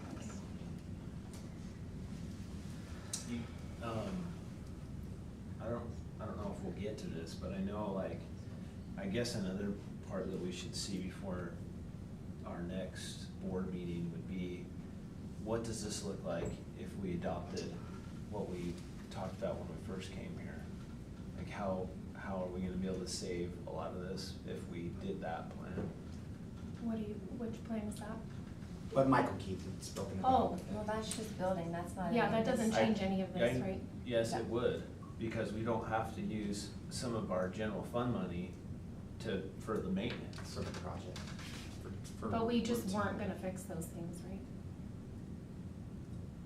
So, let me see if I can answer the question. The money that Michael Keith was talking about were for the critical maintenance need. So that will help us, because the levy didn't pass and we didn't get full amount for supplemental and for critical maintenance. It will help us to take care of the maintenance part of it, but unfortunately, it will not help us with this situation. Okay, I wish it did. alright. Maybe, Whatever. do we have any building maintenance in here? No, there's So, no. yeah, I wish it did, but unfortunately, They were moving kids, we're not fixing anything. We're Well, just we moving kids out. have to fix it. Eventually, we have to fix it. The funds can fix that. The money's funds could, yes. And so since we're talking about this annex, if we do what Michael said, are we able to fix that prior to the school year, do you think? Like, is that something that could take action in order to reverse this decision of closing the annex? Or is that something that would take We too can get long? it done in time. Like, if we can get it done in time, I was just wondering. Like, But I thought he said we don't get the money till August. no, this money we This- already would have available, right? yeah, this money would be available Yeah. before August. Yeah. So possibly if we took action quickly Mhm. at the next meeting or whatever, we could put that into place and avoid closing the annex. That's kind of what I was getting Yeah. at. Yeah, Yes. okay, Is sorry. that a yes? Mhm. Yes, yes, so fixing the annex would be allowable use of facility funds. So I guess there would need to be a bid too on what does it cost to get rid of it.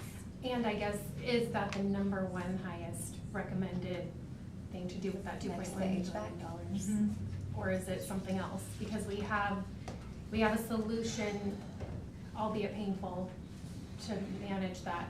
But is there something else that we should do with that 2.1 million? Like, is it HVAC or security or what? I'm so sorry, I think the high school needs some air conditioning. No, There's I a would lot of agree with that students too. in there. I would say Yeah. that's And- the first two. I mean, I got a text from my son the last day of school that was like, my classroom's 87 degrees, which is interesting. Yeah. Yeah, No. I mean, So If it is a real if we- problem. If we went to fix the annex, what was the cost of that, or what was the bid, or whatever, to see if we could do a couple things? In 2017, when they hoped to get it done with the bond money, it was projected at 68. So we assumed a couple years later, it's almost 8 years later, we estimated it between 80 and 90. A million? Yeah, I was like, let's just factor it at $1 million. Since we're in 2024, it's I think not like- prior to the levy decision, our hope was when a company came to bid on Reed, we would get them kind of a, not a 2-for-1, but it's, your workers are here, a lot of your stuff could be, so we were hoping that when they go to bid, that the companies would bid on both and it would actually be a little bit of a cost savings for us. And how about the air conditioning at the high school? How much is that? Man, we estimated that was gonna be a major, that was gonna be probably a replacement of a boiler. I don't have those numbers when we estimated. And remember, these are Kevin and my estimates when we were walking. We'll have to do the wholesale bid, the whole process. And when we estimated that, it was gonna be a lot. I think we were over $1 million. So I guess we It's would need to amazing. see that next board meeting, what that looks like, what the numbers are, so we can decide. We what it needs to would be. have to go out to bid to get you numbers. So that would never happen by June, by next week. A rough estimate, like not to take action on. Yeah, it, you just want the same estimates that we used whatever- to get the whatever levy you number, think I can do it that, is. 100%. So, when we discussed, and remember this was, we have no levy, that means we have no funds for those critical, so how do we prioritize? We looked at the 3 buildings that I'm jumping ahead. So when you do the Hubbard Annex, we talked about teacher transfer from students to Ross and Indian Creek. The positions that could be cut, these aren't people, is an admin, 1 certified, 1 office manager, 1 security, 1.25 classified positions, and display staff transferred to open positions in other schools. Then you'd also not fix the annex roof. The fire panel would be looked at differently because there's still gonna be a temporary, the word temporary was used by us to get us through until we had a plan B. And these students fit in the other spots? I mean, like, what's the, are we just adding classroom sizes? What are we doing? Oh, thank you. Was this one or this one? Yeah. Yeah.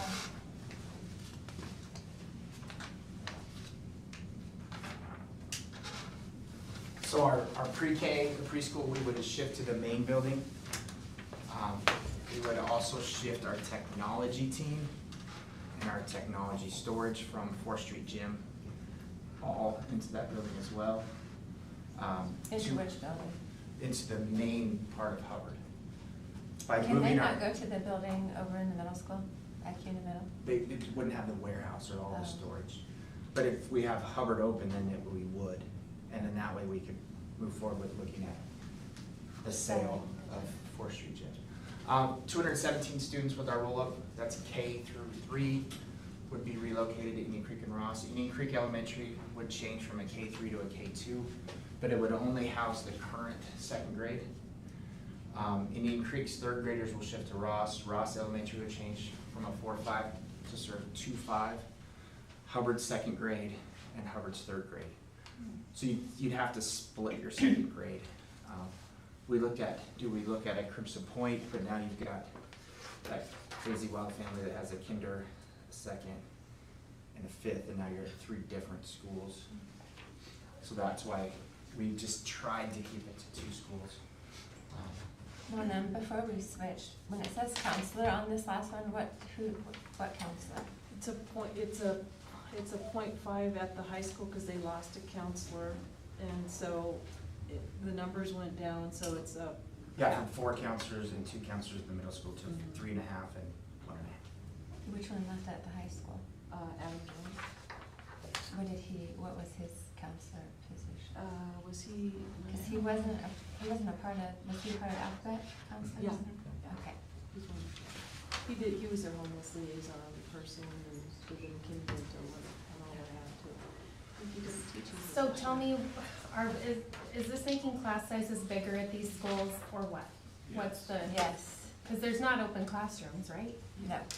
So when you shift 3rd grade from Indian Creek, that opens 3 classrooms. Currently, there's a special ed teacher in a larger classroom, and there's a smaller, we've talked about keyboarding. Indian Creek's one of the last schools that have a computer lab. Most of your keyboarding is done on Chromebooks. It can be done in the schools, or in the classrooms. Okay, So it would, for those 4, it would really only increase by 1 class. 3rd grade classes are a little bigger than kindergarten 1st. So student population in Ely Creek would be relatively the same. Ross's population would be quite a bit more. But we'd get rid of keywording, classroom wouldn't- and, We would repurpose. Repurpose it, Yep, yes, absolutely. We would Okay. move, it would be very tight at Ross. We would have no empty classrooms in Ely Creek and Ross. Any growth. and like, can it handle lunch and stuff? The, Like- the cafegym, I can't even say it right, Gymatorium. cafegymatoriums, lunch in Ely Creek should look relatively the same. Ross's lunch is gonna be, Are they gonna have to do Longer. like longer, like more shifts and stuff? Like, they're gonna eat at 9:30? yeah, we'll have to do a little bit of a bathroom change at Ross. Second graders are a little shorter. than Okay. fourth And I know graders. it's not on here, but Title I, since we don't have that, what do we do with parents? We do have some, It's Yeah. reduced. it's reduced. So, and the current process is when, the federal allocation goes down, then we just do not rehire people for the next year. We do not shift them to the general fund. So yes. So with all unfortunately. this going on, wouldn't it be important for teachers to have the support in the classroom with the parents, with extra kids and shifting kids and moving kids around? Yeah, I think some of that goes, Keep going. yeah, I think some of that does. Just real fast on this, that change from synergy from being, the state funds different students different ways, an alternative student gets more funding. So by making this change, it allowed us to take two positions and shift those funds.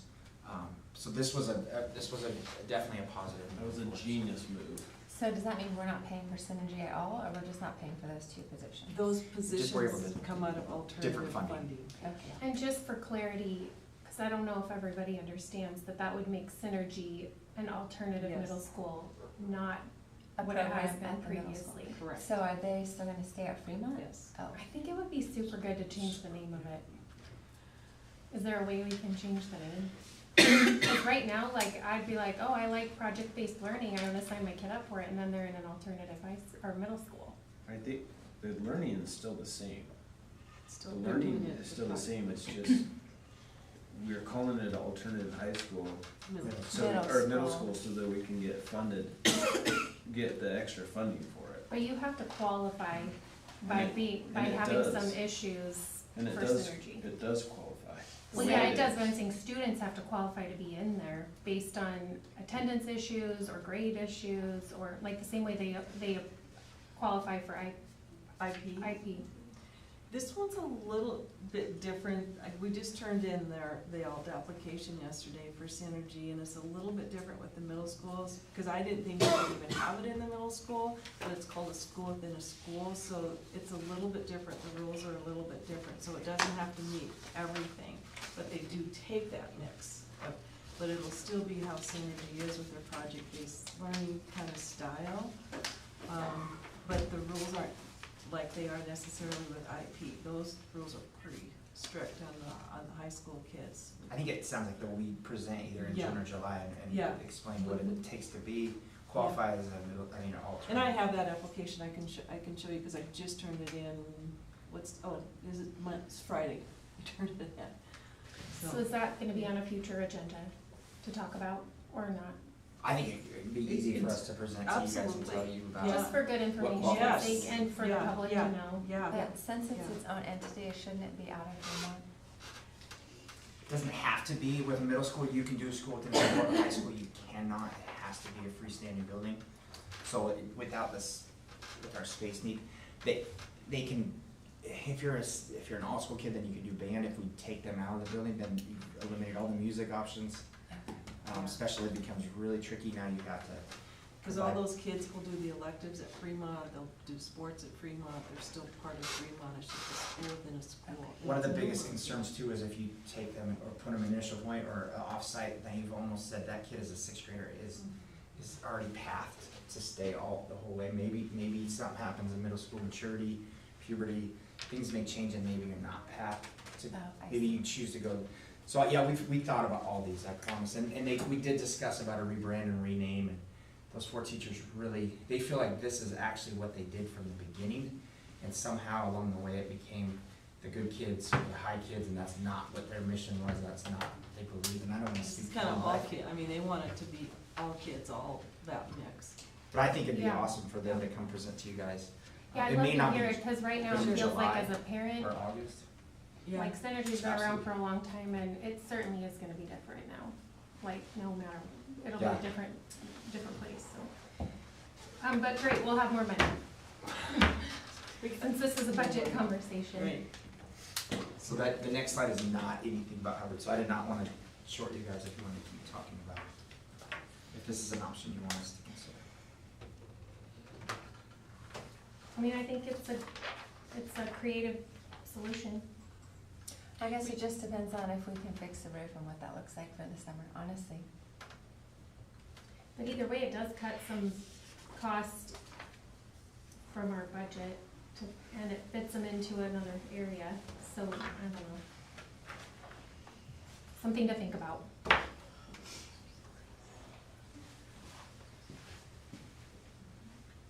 This kind of already Yeah. got wrapped, right? So we kinda, and maybe you guys stole our words or we stole yours, but we'd kind of prioritize the Reed roof. This is, please remember that this is with thinking of closing the annex. The Reed roof and the Kuna High HVAC were kind of, seem to be the grading. However, tomorrow, I think Trustee Lowe said it earlier, tomorrow you may have a stove go out or we may have something go that all of a sudden jumps it, so hopefully not. So with this 10-year facilities plan, like, could that coordinate with a plant levy type of a situation? Isn't that like a 10-year plan usually too? Yeah. That's been Yep. Okay. And I don't know if it was heard when Michael talked about the ability to gain interest. I mean, if we get the money all up front and able to gain interest, it definitely, it's almost like we have a new plant facility levy that, because Mhm. you're not gonna fix everything in 1 year, Right. because then something else is gonna break. Keep going. And I can talk about them. These are just the snapshots from the communications from the state in regards to new money, House Bill 521. I kind of highlighted, they will send us a template, or we can use our own, and that's, and we will fill it out. And then the plan has to be approved by the board. And Brian and I will have to watch all the webinars. That's mandatory. And then we sign in until, well, actually, I think this week is the last webinar. And then, so they're hoping, and this is where Michael was talking, they're hoping that we'll get access to the funds by August 31st, at least, the initial portion, hopefully. And then the remainder will become accessible within the upcoming year. So kind of keeping the snapshots there. Just to make sure I'm clear. Mm-hmm. This would be like, you put a 10-year facilities plan in place, then hopefully the first year funds maybe is available August 1st or somewhere thereafter. 10%. To handle year one. Yes. Okay. Yes. And then they're hoping that, let's say, January of 2026, or maybe later, they will finally give us the full allocation. But we do not have to spend it right away. We can, split it over the course of 10 years and start earning interest little by little to kind of, extend it as long as we can. Or, some districts may choose to use it for construction. But yeah, we could use it right away, we could split it over the course of 10 years. But it is recommended to ask for the full amount right away. Yeah. Yeah. I'd say get it while you Yeah. can. Yeah. With all the. So I have a question. If we do what Michael says, that's 2.1. If we get the money in August, that's another 2.1 million, so that's 4.2 basically. We have Correct. for Correct, critical Trustee. maintenance or plants. Yes, correct, yes. With the recommendation from Michael Keith, we will have access to the first old money immediately, 2.1. And in August, hopefully we'll get another $2 million. That means by August, hopefully, in our bank account, we should have $4 million for facilities. For facilities and plants, so stuff Yes. that we could do. Okay, that gives me something to think about. Thank you.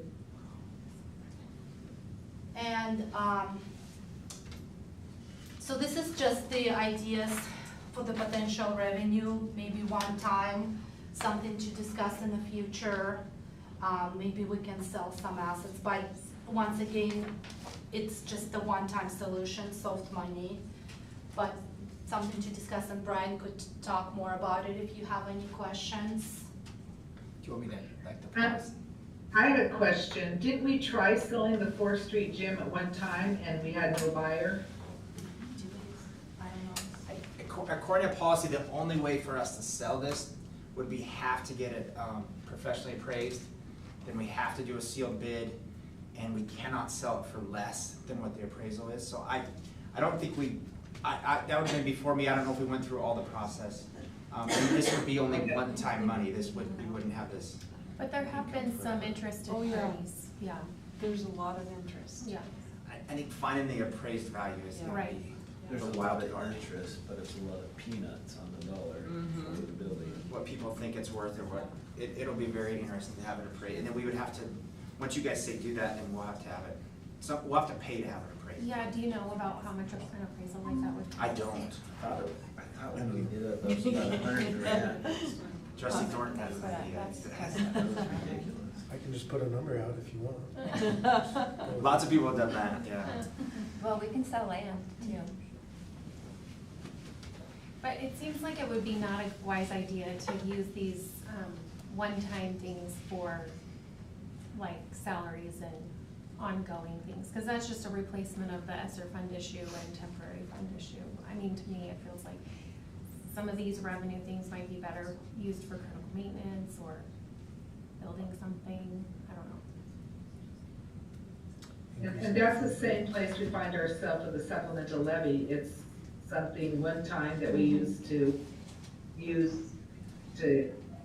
have teachers or whatever, and now it's gone. So it puts us in a bind too, I agree. No, do you want me, I didn't know if you wanted me or you doing that. We can both talk about it.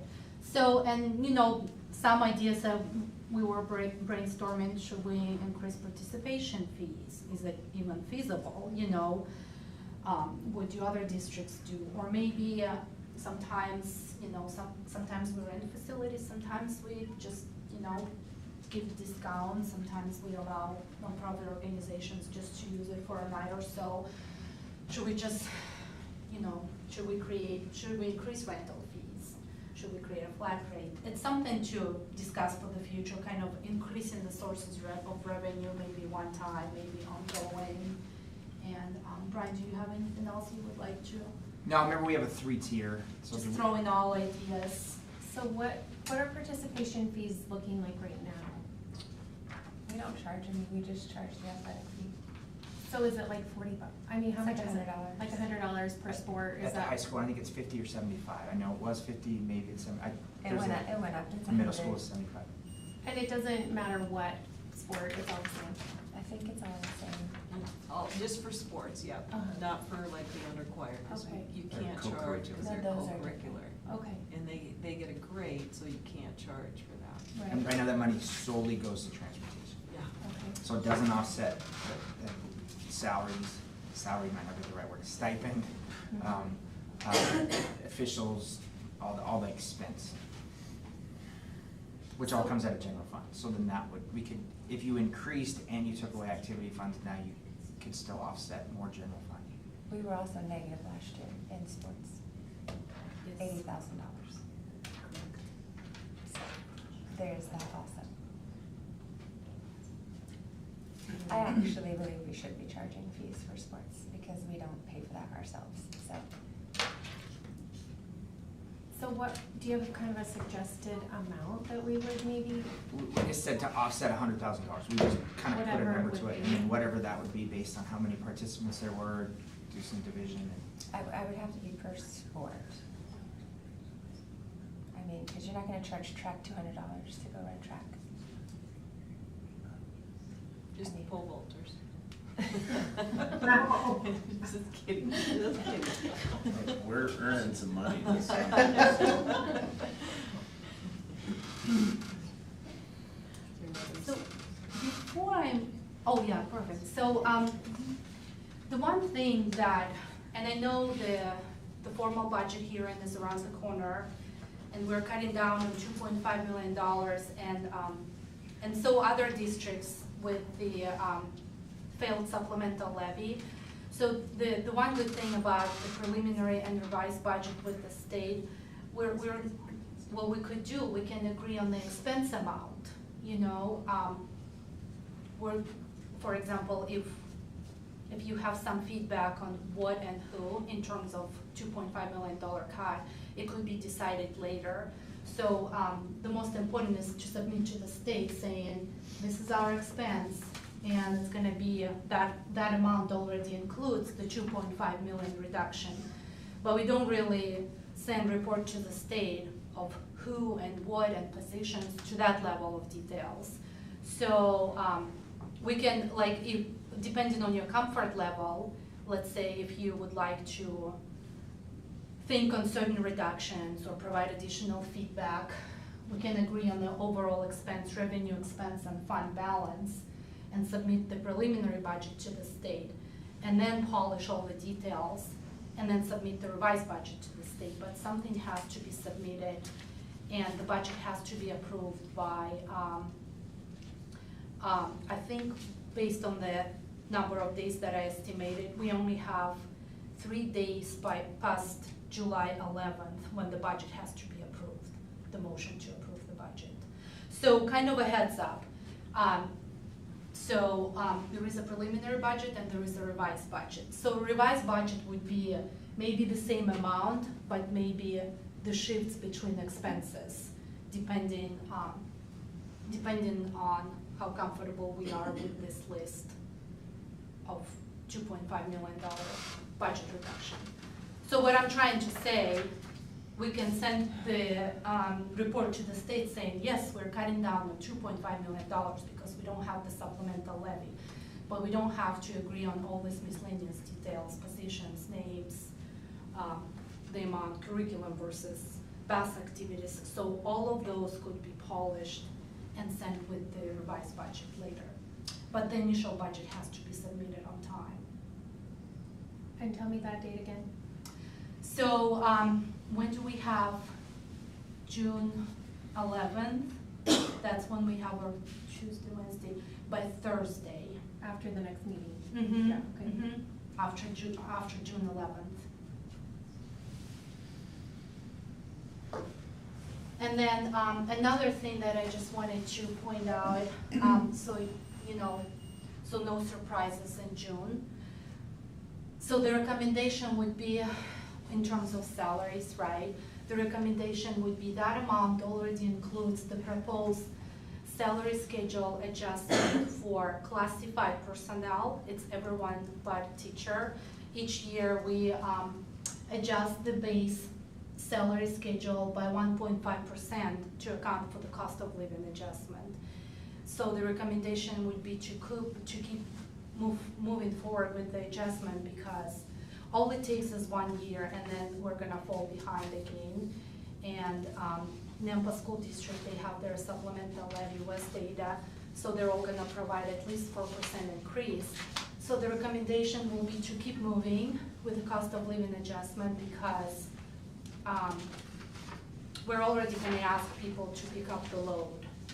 So the recommendation would be to just keep moving with the salary schedule. If you would like me to attach it to the report so you could see what it looks like, please let me know. So that amount will already include the negotiated salary schedule for the certified staff as teachers. So, and it will be presented on June 11th. So even though it's an add-on cost to the total expenses, I would call it the last year of iteration where we had to correct the salary schedule, and we will give you a background. We're on our 2nd year of merging 2 schedules into one and adjusting the cells. So there will be a presentation, but I just wanted to let you know that that amount will include some salary adjustments. And if you have any issues or concerns, please let me know. I can send it to you ahead of time. So, and also that amount is already the sum of all additions and subtractions, our new contracts, and included the inflation, you know, us shifting to the custodial services contracted, all pluses and minuses, and already considering $2.5 million reduction. So that's the amount that we're going to propose in June. And I also have the very detailed document kind of providing the breakdown. And I don't see, like, if you have any questions, I'm here. Please call me or let's schedule a meeting so we can go through that. So I'm estimating with this amount, the worst case scenario, we will have to use the fund balance is $3.2 million. Everybody who watched my presentation at the beginning of the school year and then at the end, I always assume the worst case scenario. And then I come back at the end of the school year and I say, you know, it wasn't that bad. It was only $2.7 million. I always assume a big gap, enrollment, attendance versus funding. I don't assume any supplemental one-time payments. And with the expenses, if I'm not sure, I add on inflation for gas or utilities for heating. So this is kind of my worst case scenario, hopefully, and the recommended fund balance will be at 13.78%. There is a little bit of a wiggle room, but the recommendation would be not to go beyond that amount. Oh, sorry, I thought there was a question. Do you have any questions? I think maybe, Well, go ahead. I don't have a question, but I would like to know a little bit about Hubbard Elementary. If we were able to fix the annex, how much do we save by making everybody move, I guess? Or how much is that gonna save us by having them move to all the different schools and do all of that? I think it's 180. Yes, thank you. And then if we still fix the roof, then it's just 100. Okay. I think we, Sorry, Brian, could about you, half of that. We considered the roof being half of that, right? could you repeat it out loud? Yeah, we considered, when we said we could save about 180, 200,000, about half of that was the roof. Was Okay. Right. the roof? So Or was that no? I think this No, 180 that was is now. Just sorry. salary? just salary. Just Yeah. salary. So then it would be another 90, 80, hopefully 50. So you could eliminate one position to save 4 or 5. I think another, I mean, I'm only speaking for myself here, but I think for our next school board meeting, if we could see like how it's gonna look with this, $2.1 million, if we chose to go that route, how the big picture's gonna look, and then how it's gonna look without that route. I think the $2.1 million just fixes whatever we decide we want to fix. So Correct. all the rest is the same. Am I right about that?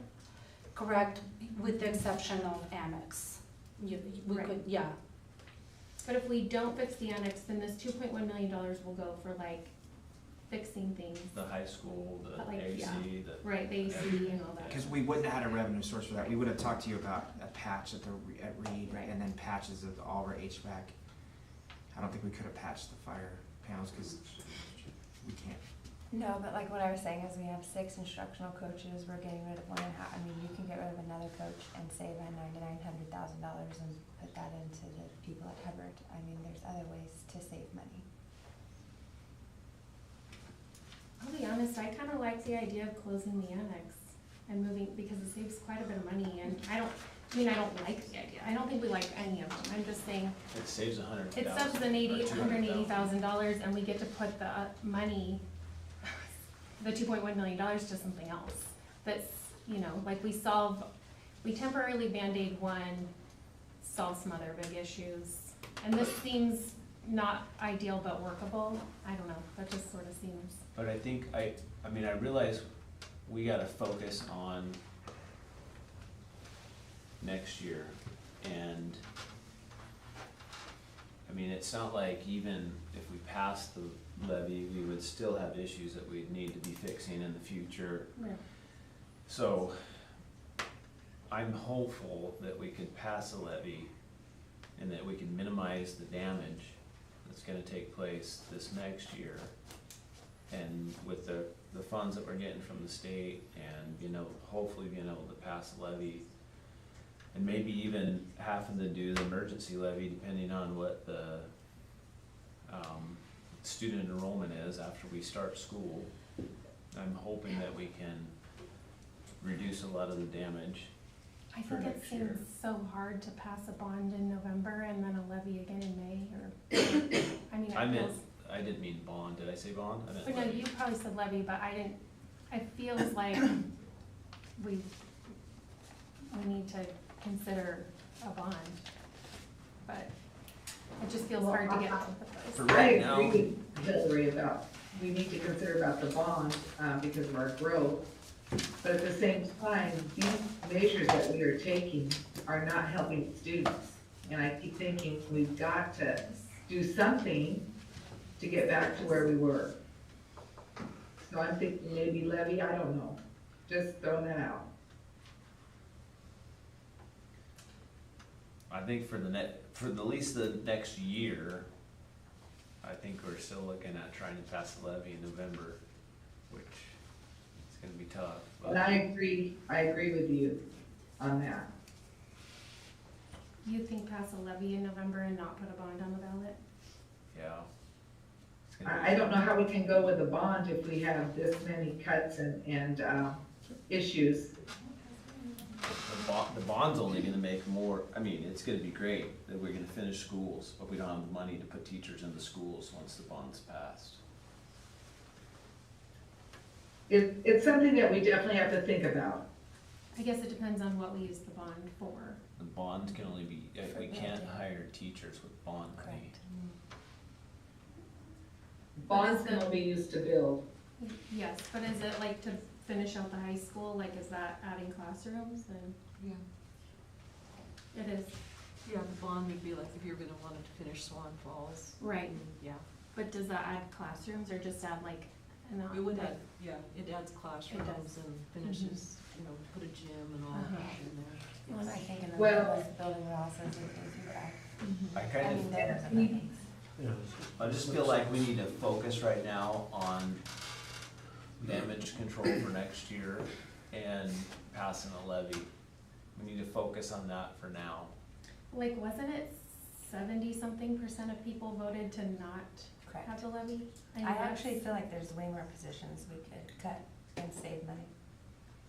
I wonder if it just feels like a steep, you know, something, I don't know how to put another levy on the ballot in November when 70% said no. Yeah. I'm with you on that one. Well, I think it's the people that showed up to vote, were all the people that said no. There Right. was only, you can't say that because it wasn't a wide, there was, what, 5,000 people that voted? Or there's like 30,000 people in our district? But that's So- pretty standard, isn't it? Yes.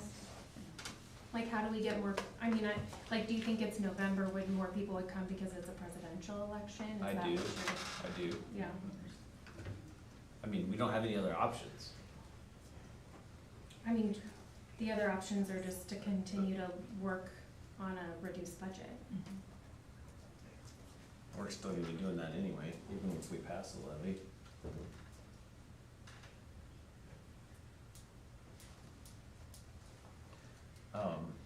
Well, do we have, do we have any more slides?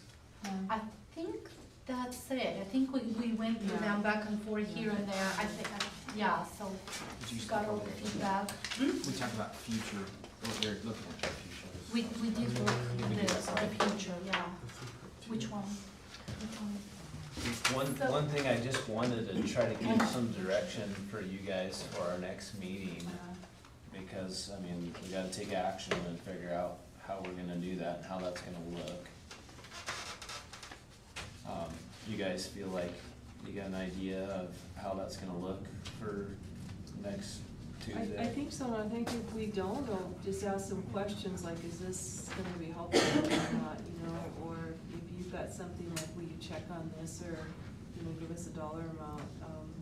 We'll do whatever research we need to do to get Well, you the information you I need. have a few of those things written down if it helps right now, just so that, I mean, and none of these are new ideas, things that, I think we've approached before, but I think it would be a good idea to look at what savings would happen if we outsourced our busing.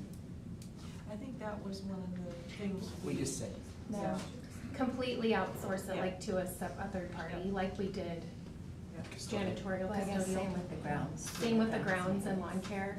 I feel like those types of things, like if it saved us for custodial, it feels like something that would possibly save us in some of these other areas. We did that not that long ago. We addressed that for both of those things. And do you remember why you decided not to? for the busing. Yeah, I mean, busing was before me, I know we got 2 bids on, yeah, grounds, and it was significantly more on grounds than it was what we pay for grounds. yeah. It wasn't gonna save us any money for grounds, I know that, and the busing looked like a Well, we have nightmare. this new company, she said that we could talk about it. Would with be the bad, busing yes, company. revisit No, it. ABM. ABM. Oh, Yeah. they I mean, just we could definitely go out presented to- a couple months ago. Yeah. I mean, maybe the grounds were more money because it was like at a higher standard, but maybe if we just Okay. try to get it to where we're at right now. Sure. We did, and I need to find this, we did a efficiency audit for our transportation, maybe it was like 4 years ago, because everybody was fussing about the routes and all that, and so there was a company that was out of New York, and this lady came out here, and she talked all the transportation, did all of that. At the end of the day, what we ended up with is that some of the buses will line up this way, and some of the buses will line up that way, but she also said, I don't know how you're doing what you're doing with all that you have. But I will find that, Wendy got it, so I'll find that. So we did an efficiency audit, with our transportation company to see what are we doing wrong, and, people were fussing about routes and long times on the bus, and we're like, all right, how do we do this better? And so I will find that.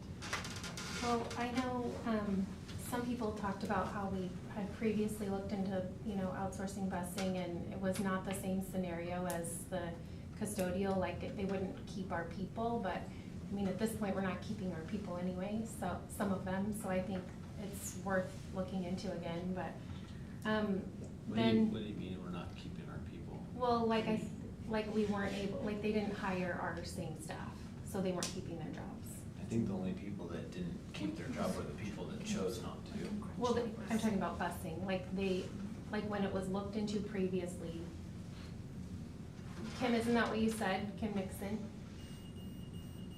No, I know, but you said we're not keeping. What our I staff, heard right? prior Like 12 is people? that when they come in, they hire all of their own people, yes.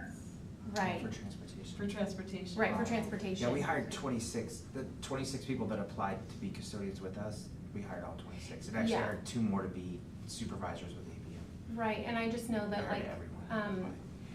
Chairman Nixon said that one reason why the busing was not an Oh, gotcha. attractive option was because they didn't have the same type of a situation where they didn't agree to hire our busing Gotcha. staff to go with the outsourcing, so. That's what I heard, correct. Anyway, I think it's worth looking at, just to make sure, but, and like, Kirsty has said, I think we should look at what it would take to remove instructional coaches and see what, I know that by law, they need some mentorship. Maybe that stipend, some of those funds could be still, given to other teachers as mentors. One thing I wanna be careful with too is the verbiage that we use. Hopefully, we're not removing instructional coaches. Hopefully, what we're doing is taking instructional coaches and putting them back in the classroom. But then they would be teachers, not instructional Yes. coaches. Yeah. They'd be rehired to a different position, yeah. But it would save the money of the 6 instructional coaches. And then like I said before, I think we should really consider what a 4-day school week would look like. And I think that, if it is some savings, it should be on the table and even for the next school year. For this coming school year? I mean, I don't know, I feel like if it saves us some money. Because then it would save us money this year and all the next years too. I know we revisited that quite a few times, and Wendy was pretty adamant that it wasn't gonna save us any money on the 4-day work week. We could do some research with our colleagues, you know, cause Napa just went through it, we'll just get it, so we have the information. And Yeah, we can. we've got people that have just been through this, so they can tell us and we can see what that looks like. You know, We Napa's, have Middleton, Nampa, Emmett. In the valley. Okay. I mean, and there's Melba's small been schools, doing it. but Melba's small, it's doesn't, really hard I to mean, that's not compare. gonna help us, but Napa's big enough that. Okay. I don't mind the idea if we're adding days, but I don't like the idea of adding the hours to And the I'm with kids' you on that. days. Yeah. Cause the education Yeah. suffers. I don't know. Right, I mean, nobody's attention span is gonna stay that long. Spend enough with it. Yeah. So I agree with. I haven't heard back from, well, I texted Ron Gregg for one thing, like from Napa Christian, he goes, we're on a 5-day, I'm sorry, Greg, Ron Gregg. Well, it just You seems know, like if we're getting 80 grand or whatever it was, 70 grand from just removing the busing from the middle school one day, like imagine just the savings in busing, which I know is 15%, but it's still like, it's less Yeah. miles, it's less hours. Plus, I mean, all the hourly wages for all the, is it certified or class? I mix them up, Classified. whichever ones of the Mhm. hourly employees. Yeah. And I know sometimes that's definitely a pay cut, but it is maybe attractive to a different clientele. I know Nampa said that they were doing that partially to attract teachers that wanted to work that schedule, so. I don't know how people feel about that. But you know, they have Brown, well, they've contracted with Brown Bus for years, but I mean, we can also find out like what is that done for their contract too, you know, with Yeah. Brown Bus and whatever, so. Cause we know the people that could help us answer those questions for you. Yeah, they can just kind of help us with a Yeah, ballpark yeah, type thing. yeah. Yes, Okay. we can work on that. I can tell you since the day after we found out that the levy didn't pass, we've spent every day just trying to think of every possible thing. None of it was fun. We were trying to keep what we could of people in the schools, you know, but one of the things on the levy was, that we said, was the annex at Hubbard is not safe for kids. So that was one of the reasons we did put that on the table. If we could figure out how to get that roof fixed, it would be great. You know, it's just, we had to think of safety.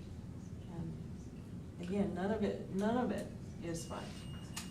I guess one other thing that I do, somebody brought up to me, and I'm sure, is that possibly we have 2 athletic directors at the middle school level, and are they paid more? And is there a possibility of having 1 athletic director at the middle school level instead of 2? one of our middle schools it's an administrator, so he gets it's just other duty as assigned. The other one is a teacher, so he gets a $2,500. So there wouldn't be any cost savings there, that's, $2,500 thing. okay. We had one before that went between the 2 and it didn't. Both schools felt like the other school got, it's hard to have them both have the same idea, you know. And it doesn't sound like a lot of savings. Okay. Okay, thank you, appreciate the, tough work that you guys are doing and the time that you spend on it. Thank you. Do we have a motion to adjourn? I'll make a motion to adjourn. Do we have a second? I'll second. All in favor, Kirsty? Aye. Kim? Aye.